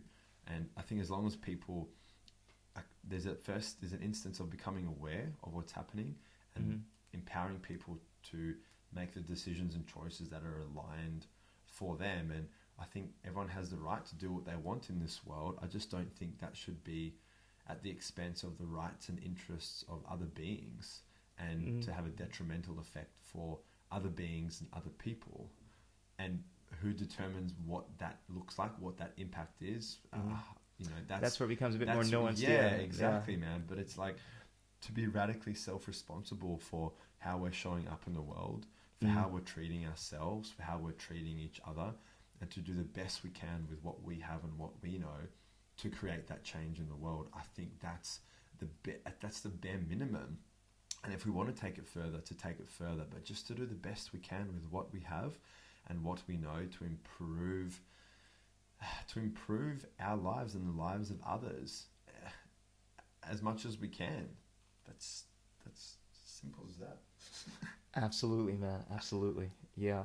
One other thing I wanted to mention in terms of like the most triggering situations for me, I find, whereas this isn't an actual specific thing, but I find relationships dealing with family members, I find, because any relationships where where it's taken a lot of time to develop and they have strong bonds, they tend to be more volatile. And relationships with family are fraught with such serious emotions, because it's not someone that you've known over a few days per se, or just through some brief encounter. I mean, these have typically been formed over many years. Yeah. Absolutely. So when they say something, whereas if it came from someone else, it wouldn't land the same way. Yes. It can be very polarizing when your dad, your mother, brother, sister tell you that same thing. And the other thing, I realized this some time ago, that often when people say something, that thing in of themselves is not necessarily an issue, but it's all of the history of all of the things that person has said has come from that person that you're integrating into that statement, that moment. So whereas, if I said something, it may not land the same way, but if someone else said that same thing when you've had several other conversations with them, that can be very triggering. And you mentioned something when we first, that beautiful moment we had at the Mind Body Spirit Festival, where it was kind of like this what I like to call an egregore. We had these conscious minds in the building, and we were having these beautiful conversations, spiritual musings and whatnot. And I think I forgot the thought now, what we were talking about. Damn, I hate these moments. Just left my mind there. If you just chose to love them. If you just chose to love them. The thought I was going to make has actually left my mind. It might come to me a bit later. But what were we talking about just before this? I forget. Oh, that's right. Relationships and difficult moments. I think you said something that I said, or something at the festival that we discussed, or the moment. Oh, when we rocked up. Yeah. Talking about the egregore. Yeah. Something around there. Yeah. I forget. It might come out later. Just take a nice deep breath in. Yeah, I guess just triggering moments, dealing with that, how we navigate these things. Oh, it's coming to me now. I think we kind of touched in on this, but it's leaning into these difficult moments when you are triggered, when you watch yourself becoming very, very emotional, rather than running away from that. Because that's my approach. Like I would pride myself. Embracing the triggers. Yeah, absolutely. My go-to was if I notice myself becoming triggered, move away, cut off. I'm not. That's my thing. I'm not a violent person. If I have to be aggressive, then so be it. It's something that's done in a more conscious state. But there is something beautiful about leaning into that, like enjoying the fact that you uncovered your triggers. That there is something here that is actually getting on your nerves. Embracing that. Because it's not comfortable. I mean, let's be honest. No one enjoys being triggered, right? But developing the mindset where you're like, oh, look, what's this going on right now? Oh, I'm triggered. Look what you just did to me. You pissed me off. I love you. Mwah. That's something very beautiful and powerful. And like, I think that's right. We were speaking about that concept. Yeah. And is this? I love it. Yeah. Is this something that you? I know this is something you practice. Do you see this happening in the sacred breathwork space? Like you get people to lean into their traumas. Get people to lean into what's present, to become present with what's present, whatever that is. If that's their joy, if that's their uncomfortability, if that's their triggers, to embrace it. Because I feel that our higher self communicates to us through our emotions, through our feelings, through our thoughts. It's just, so in an instance, say if we're having a conversation and you say something and then I'm feeling triggered by something you've said. So that ammunition is within me. And just by what you've said, it's gone, it's triggered that, but the ammunition's in me. It's something that's alive within me. It could be something from my past that I'm unconsciously aware of. It could be something really that I'm passionate about, and it's a very sensitive topic that you've mentioned, or whatever it is. I embrace those opportunities because I see the trigger as just, it's literally like free guidance to highlight to us some part of us. Maybe it's unintegrated or unhealed, or something we're passionate about, or something that that hasn't been expressed. And the more that we experience the things that trigger us in our lifetime and understand why we're feeling that way, that's where we can transmute any pain, discomfort, uncomfortability into back to love, back to openness, back to understanding. And I just see resisting that or trying to deny that that exists creates more internal energetical dissonance and discomfort, more than just understanding why you feel that way and letting go, or understanding the reason. So I do love embracing triggers, and I encourage all of my clients and the people I work with to lean into that. And at one of the seminars, I think on all 4 of the seminars at the festival that I did, I was asking the whole group, I'm like, raise your hand if you like being triggered. And most people's hands were not going up. Some people were like, yep, yeah. And I think maybe they have a similar approach to me, where it's like, it's gold. It's absolute wisdom from your body mind system that's communicating to you something. Your higher self is going, hey, feel a feeling, have a thought, feel an emotion, because there's something here for you. Absolutely. I think that we live in a society that has focused on trying to protect people to the point where it's not conducive to their growth. We think about safe spaces. We think about censorship to the point where we don't have conversation because it may trigger someone. Now, granted, these motivations might be just from the perspective that it's going to consequentially lead to X and Y and so forth. Yeah. But sometimes I think the triggers, like we're saying, need to be felt, need to be experienced. Yeah. And because we think about these in terms of interpersonal relationships, right? But even perhaps on a meta level, like on a global level, perhaps the planet needs to go through these moments where we're really dealing, where there is we go through these tumultuous events where we're fighting and there is disharmony as a way of the triggers being addressed. Because let's say there are climate crises that are taking place and so forth, whether that be through whatever it might be, all right? Perhaps that's the way of the planet dealing with the triggers, because the reality is people don't like being hurt. People don't like feeling things that are uncomfortable, but sometimes the best way to grow is through, in fact, growth typically happens the most, right, where you think about working out and so forth. Most of the growth takes place where your body needs to undergo some kind of resistance, right? Now, granted, if it's too much, you get it's not healthy. Like it's interesting. The Greeks have this word called eustress, which is the good kind of stress, where you're pushing yourself to a point where it's going to allow you to grow beneficially. However, you can give yourself too much stress, definitely on a physiological level. I did this to myself with my vocals, a few years back, and I wasn't able to sing for almost a year. It was that bad. And I think on the traumatic level, that's definitely something we see, right? Because I'm sure you've dealt with. Let me know. Like, you must have dealt with people that have gone through things in their childhood. I mean, this is what trauma is. That are so painful, that are so difficult, that it affects how they navigate their lives going forward. And it's still on the periphery. To this day, 10, 20 years later, they're still dealing with that. And the reality is that sometimes difficult, uncomfortable experiences can lead to these triggers that lead to trauma. So how do you... Yeah, so what are your thoughts around that? Yeah. So, I actually need to pee right now. That's all right. It's a lot to unpack. So I'll keep the guys entertained for a minute here. Yeah. Whilst you go and pee, brother. And we'll wrap this thing up, man. We're approaching 2 hours, but that's what we do here on the Crystal Journey podcast. We go deep into the world of consciousness, technology, society.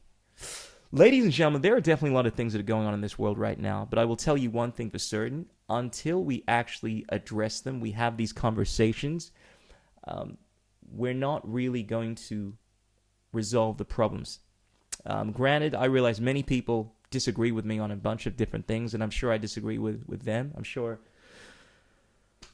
Cosmic Line here will have disagreements, but until we actually address them and try to do so respectfully, in light of our triggers, you'll find that we'll just keep on repeating the same problems until the lesson is learned. And that is the point of these conversations, these podcasts, to not just uplift the vibration of the world by speaking about the positive, but to also embrace these unpleasant conversations, nuanced conversations. I mean, I find a lot of the guests I have, look, in all fairness, they tend to be aligned a lot with me. It tends to be why I have them on. Not necessarily because they agree with everything that I have to say, but because we have a lot in common. But it is beneficial at times to discuss the triggering things that you are not in alignment with as a way of growing and moving forward. It's a bit tricky, this one. Yeah, there we go. Yeah. All right. What were we talking about here? I asked you something. Oh, I think trauma. Yeah, I was still on trauma. Yeah, trauma is the biggest thing. I'll tell you something, right? Because I can't remember exactly what I asked you, but I would not hear the word trauma that long ago. Like maybe 10 years. It wasn't like a thing that you hear all the time in conversation now. Now it comes up all the time. It's like, oh, look, you can't ask that to me. I got trauma. It's like it seems to be something that I hear a lot more in pop culture, and it is my opinion that because we've identified this thing, it's something that people tend to focus on a lot more, and as a result, it affects them. It's kind of like this idea of see no evil, hear no evil. Because people are focused on the trauma. These are just my random thoughts. I haven't really fleshed this out. Where focus goes, energy flows. Yeah, exactly. Where focus goes, what I wanted to say. Flows. And you raised an interesting point before around, is there over censorship? What's happening with our communication, with our dialogue and our expression? And there's some interesting points there. Like a lot of the work I do, it's deeply sensitive work with people. Mm-hmm. But I approach it from a place of empowerment, from a place of openness and really making light of the darkness. And instead of, trying to control everything externally to you to prevent you from feeling a certain way, like deal with the reason why you're feeling that in the first place. It's like to go within, to be able to look at the shifts that need to happen from within. So I think that, like, I intentionally trigger people with my work when I understand, from a place of love, but understanding to catalyze that change. Sometimes things need to be brought up, things need to be brought to the surface to see where people's edges are, to see what's happening beneath the surface. So it's something that is very, very powerful, and to do in a sensitive way, but intentionally, and I think, there comes a point where we can't just try to control everything outside of us and try to change everything outside of us so we feel more comfortable and better about the things that have been unexpressed, or the parts of us that have been unhealed. And in saying that, I think there is a lot of the challenges that I see between different cultures and different groups and people's perspectives, and all of that is people just wanting to feel seen. They're wanting to feel heard and understood and respected. And everyone has their own unique truth and their own unique perspective, and their whole life experiences, their upbringing, what they've studied, what they've learned about, influences the development of their truth and their reality through their lens. And the more that we can understand what has contributed to someone seeing the world in that way, what has contributed to someone having those beliefs or opinions, then we're starting to create understanding, we're starting to create relatability. Because if you understand someone or something, how can you hate them? Well, here's the thing. When you say understand, what do we mean by that? In terms of comprehending, for instance, I can understand what someone has done in terms of the life that they've lived that has led them to act in a particular way. And like we said earlier, we may not hate that person, but hate their action.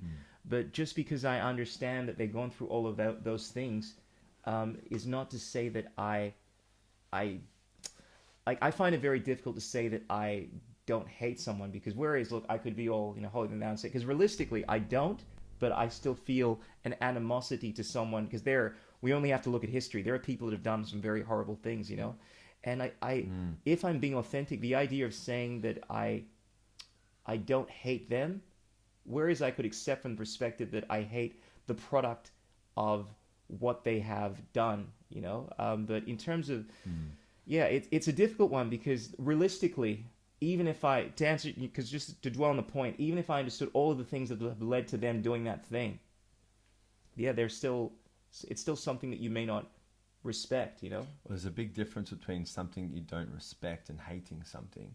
Mm-hmm. Because as much as we may not be happy with the outcomes and what's been created, if we can acknowledge that there is darkness and light within all of us, then any part that we're rejecting externally out in the world is a part of that we're rejecting within ourselves, I believe. So to go, well, I hate that because someone has showed up in that way and they've treated that person that way.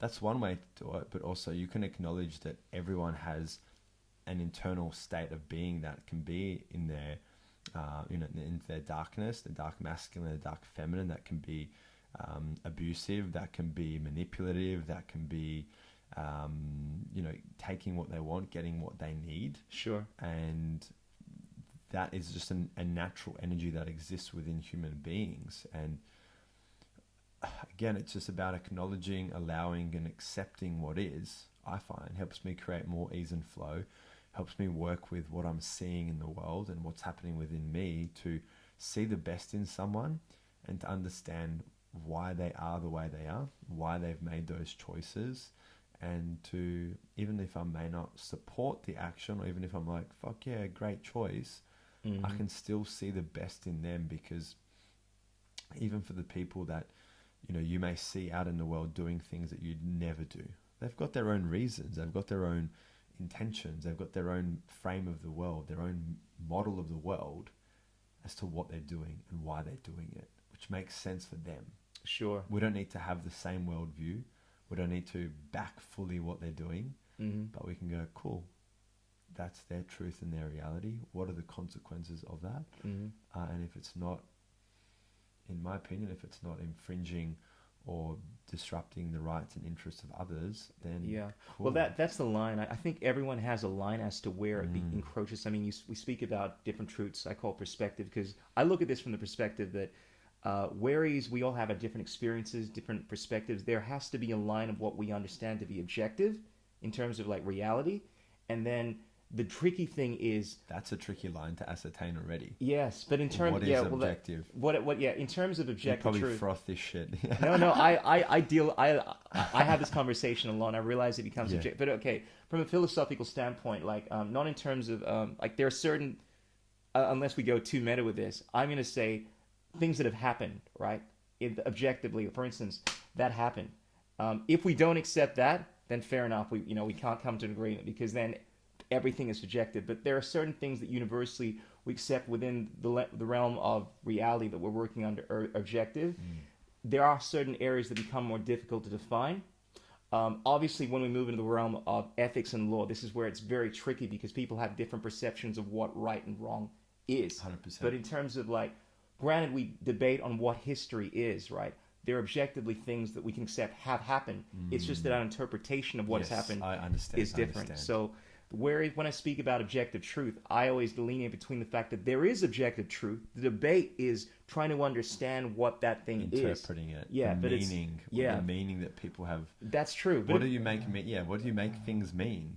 That creates a whole different That's life. true. But we have. But I come from the perspective that look, we have to try to come to some agreement of what that thing is, and we typically try to do that with the law and so forth. Like, we disagree in various areas, but we try to have some standard of what you can and can't do. Do we have to come to an agreement? Well, in order for us to mitigate the disagreements that we have, this is what we do with law, right? Otherwise, we're constantly going to be arguing. Like, if I believe that I have a right to my body and you don't, then you're constantly going to be abusing me, hurting me and so forth. When it comes to property and things like that, it's difficult, but you have a look at this is the whole history of common law. Like, we establish certain things in order to mitigate the violence. Otherwise, if we don't have any understanding, right, then everyone's just going to be constantly fighting and so forth. And when it comes to ethics, there is this, because we come at this from when I say we, I'm talking about society, right, has very different ways of delineating between what is right and what's wrong.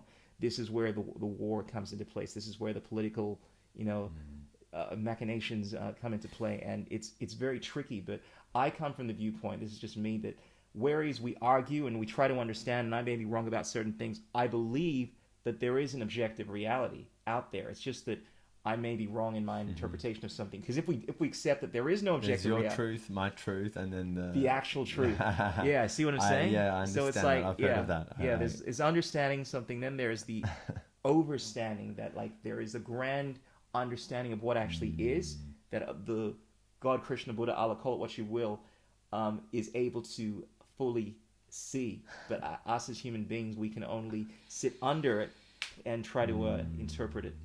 I feel you, man. And that's the journey, hey? That is interpreting all of that, making sense of it, creating our own meaning, and navigating this life, this journey, this opportunity that we have in this lifetime, in this dimension, to make sense of things and to navigate them the best we can. Indeed. That is the journey. Bro. We have been going on for almost 2 hours, and it's been a juicy conversation.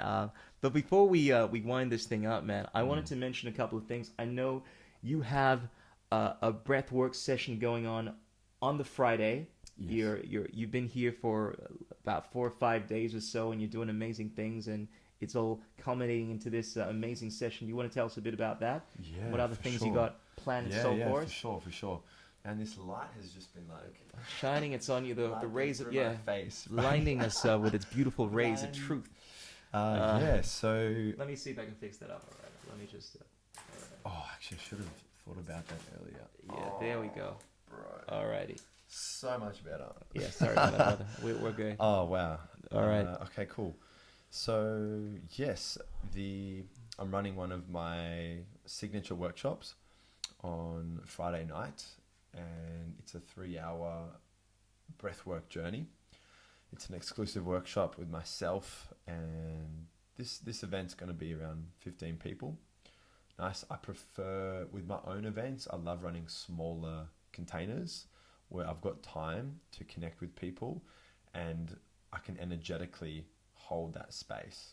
Like I wouldn't be holding a space for, 50, 60 people to the depths that I could take them to without support, without my other facilitators, without people there. So this is just in a space where I can confidently and comfortably hold space for people. And in this event, it's a deep dive into personal development, into energetics, into emotional alchemy, into experiencing that power of breath work, and to drop in for a full length breathwork journey, which for me is anywhere like from an hour to an hour and a half of activating and restorative breath. So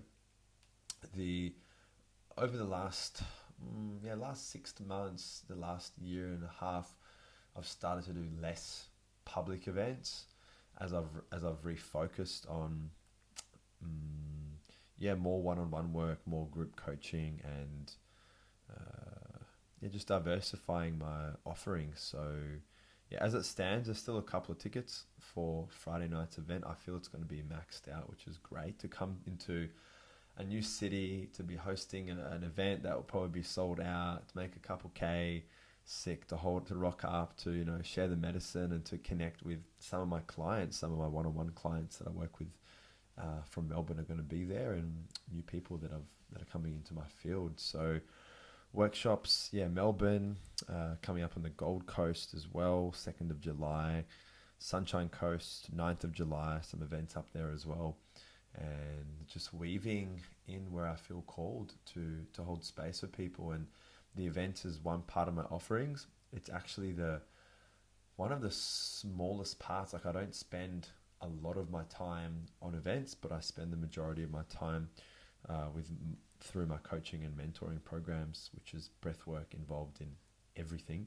Oh wow! Whether people work with me in my online group coaching programs, whether it's a one-on-one, whether they have me to do a workshop, be it face-to-face or online, for their team or for their company or for their organization, breathwork is like a crucial part of it. So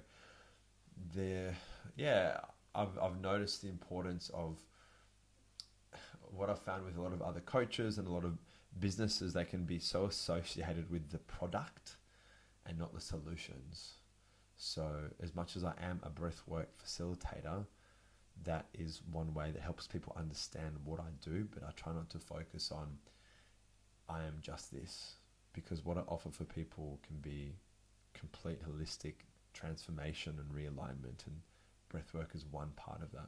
So give us an example. I mean, outside of the breathwork, which I have a basic idea of what you do, you're obviously taking people through a short or long session. We did a little. Or long, in terms of the other offerings that you do there, is this would you be planning out someone's life in terms of how they can achieve certain goals, their business? I mean, what is that? Yes, is it collaborating with musical artists and whatnot? It looks it's so diverse, my man. So diverse. Okay. Like I've worked with mothers, that are working full time with 3 kids. I work with people in finance, people in compliance, people, connected with people within other businesses and organizations in so many different industries and fields. A lot of other facilitators, mentors, people that are activating into their power, that are here with a mission, with a purpose, that are wanting to upgrade their skills or wanting to do the deep inner work and to improve their financial flow, to improve their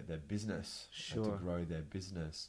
And typically I work with people that, when it comes to my one-on-one work and my group coaching programs, can be anywhere from 6 weeks up to a year plus. Sure. And I'm there. Yes, it's life coaching as one aspect, but really people need different things. And as a coach, mentor, soul guide, facilitator, whatever label people want to use, we're just there to hold up that mirror and to be that reflection. And I provide people with the accountability, with the stretch, the guidance, the safe, sacred space to lean into themselves and to support them to create their ideal reality. Because who am I to say how someone should be living their life? But if people come to me and say, hey, this is what I want to achieve, this is how I want to feel, this is what I'm wanting to bring to the world. And then we start looking at what's getting in the way and how can we shift that, whether it's through breath work, whether it's through the mindset coaching, the aligned habits, the emotional alchemy, the goal setting, whatever it is. I really just have a pretty diverse tool belt that I bring to when I work with people, and I'm not fixated on one particular tool. And the majority of my work is extremely intuitive, operating within frameworks and models and structures that are that can be more analytical and rational sometimes. But I just drop in, bro. I tune in and I just share what I feel people most need and helps them create change in their life and in the world around them. That's powerful, bro. That is quite a skill set. And you forgot to add to that the fact that you are a musician. You are a rapper. You are a lyricist, and apparently you got a single that might be dropping out. No? Yes. This is such a new edge. I've been so passionate about conscious rap, spiritual rap. I love a lot of hip hop. As we were chatting earlier, I have such an eclectic taste of music. I love the blues. I love reggae. I love dubstep.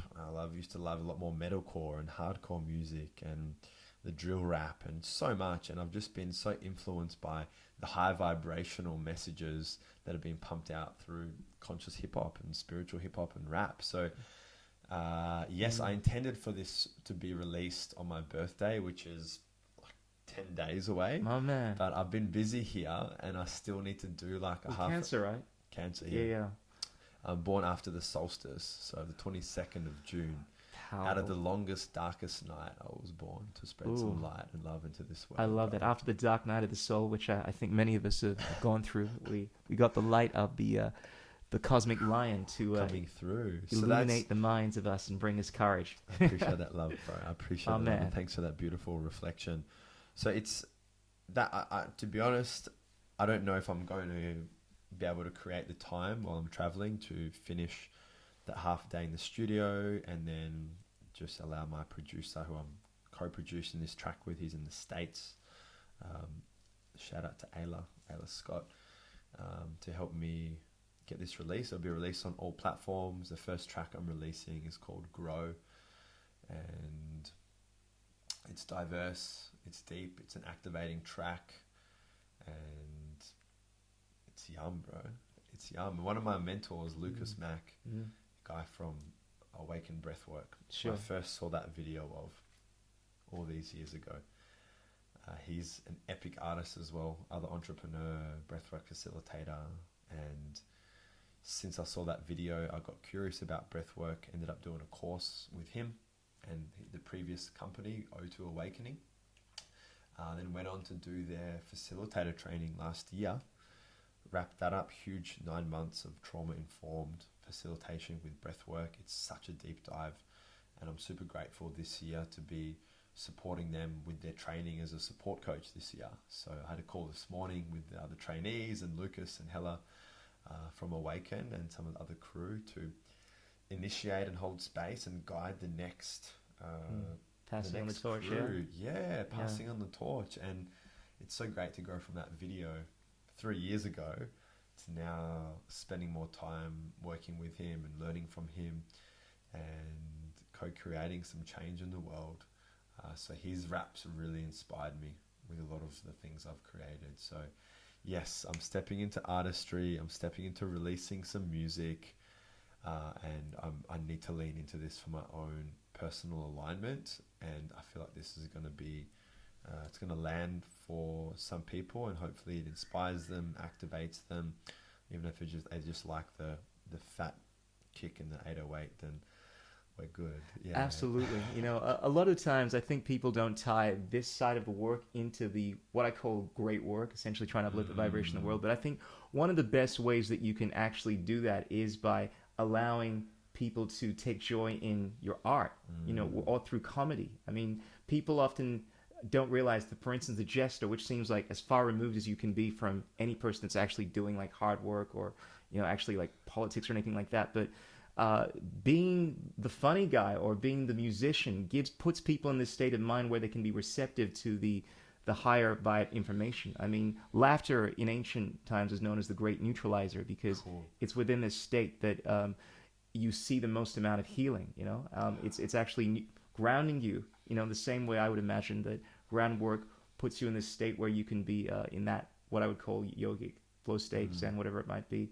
Laughter does that. And through the music, personally, it's just my thoughts here. Music is the most powerful force, yo. It is the heartstrings of the ether, and I feel like one of the most powerful things you can do is inspire people. And whereas there are many tools to achieve that. Some people do that through spoken word. Some people do that through by just their energy. Like sometimes just by being in someone's vicinity, like touching them, the voice. I know there's science behind what you do, but your presence is obviously an energetic factor as well, right? 100%. That is an inspirational quality, and I feel like music is the path that I most want to focus on. I mean, I still do a lot of other stuff as well, but it's great when I find someone that has your life path focus, but is also a fellow musician. And it is a pleasure, my brother, to make your acquaintance.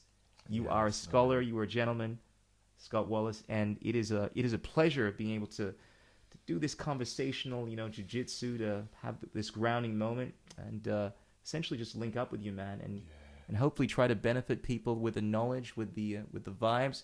Ladies and gentlemen, be sure to share this. I always tell people to tell their mom, tell their friends about the podcast. Give us a review. You know what it is, and be sure to check out Cosmic Lion. He is everywhere. You can find him on the Instagram. See his LinkedIn page, and you will find his podcast all over the interwebs. You'll see a whole bunch of little clips and whatnot. Earth-centered. That's Earth-centered. Or Scott Wallace, Facebook, Instagram. I'm going to update the YouTube, but I'll pop some details in the description so people can connect. Reach out if you guys are ready to lean into this work. If you have any questions, reach out. Love to see how I can support you. Love to see how I can weave with you on your journey, irrespective of your background, irrespective of your what you're passionate about. The tools and the knowledge that I have to share can really be so relevant for so many people. And I'd love to share just one bit of a verse. Sure, from absolutely.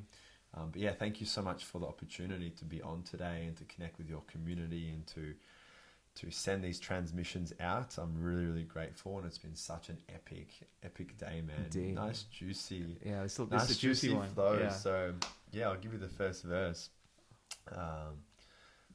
Okay.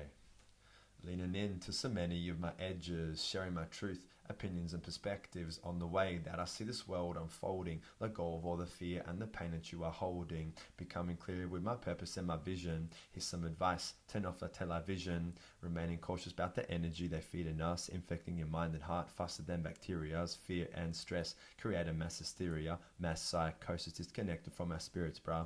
Breathe in love and let that shit all go. Dismantling the walls we build around our hearts, Feeling aligned, connected and so clear. Quicker transmutations to love from the fear. I know I'm on the path and this is just a start. I know I'm on the path and this is just a start. Breathe, meditate, elevate, self-regulate and learn to shift your state. I can see your light, yeah, your aura is so bright. Oh, feeling so divine, we connected to the sky. Grow.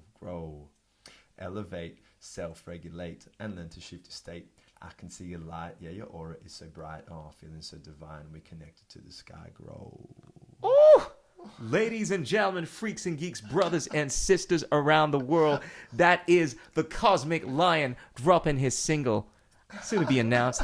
This guy is legit. He is a scholar. He is a poet. He is an all-round light worker, and it is a pleasure once again to have this grounding moment with you on the most conscious podcast in the multiverse, The Crystal Journey. Thank you, brother. My man. Oh! Let's get that right. It's like, which way am I going? Am I going there? I'm like, I just feel it. Yeah. Let's do it. Boom. Boom. Thank you, brother. Appreciate you. Thank you for the space today. And let's do this. Let's get this out to the world, my man. Indeed. I work fast, man, through the aid of the AI and whatnot. So I should have this out in some format tonight. And you'll see some edits and whatnot across the interwebs. But ladies and gentlemen, be sure to drop some comments, show your love, let us know what you think. I want to know that you guys are obviously watching this and or listening to it. You can't see it, but my shirt says another dimension. Yeah. This is where we get to play. We get to play in another dimension as well as being in this 3D reality. It's what I love doing, baby. Absolutely. You said it, brother. All right, Cosmic Lion. Peace! Let's drop it. Listen to your heart, speak your truth. Illuminate your minds with wisdom, strengthen your will with love, and purge all negative thought patterns from your existence. Ow! Signing out, the chocolate Nubian soul brother. Kisses, hugs, and belly rubs. Third eye love. Peace in the Middle East. Peace be upon you. Where this road leads, all I know is when my heart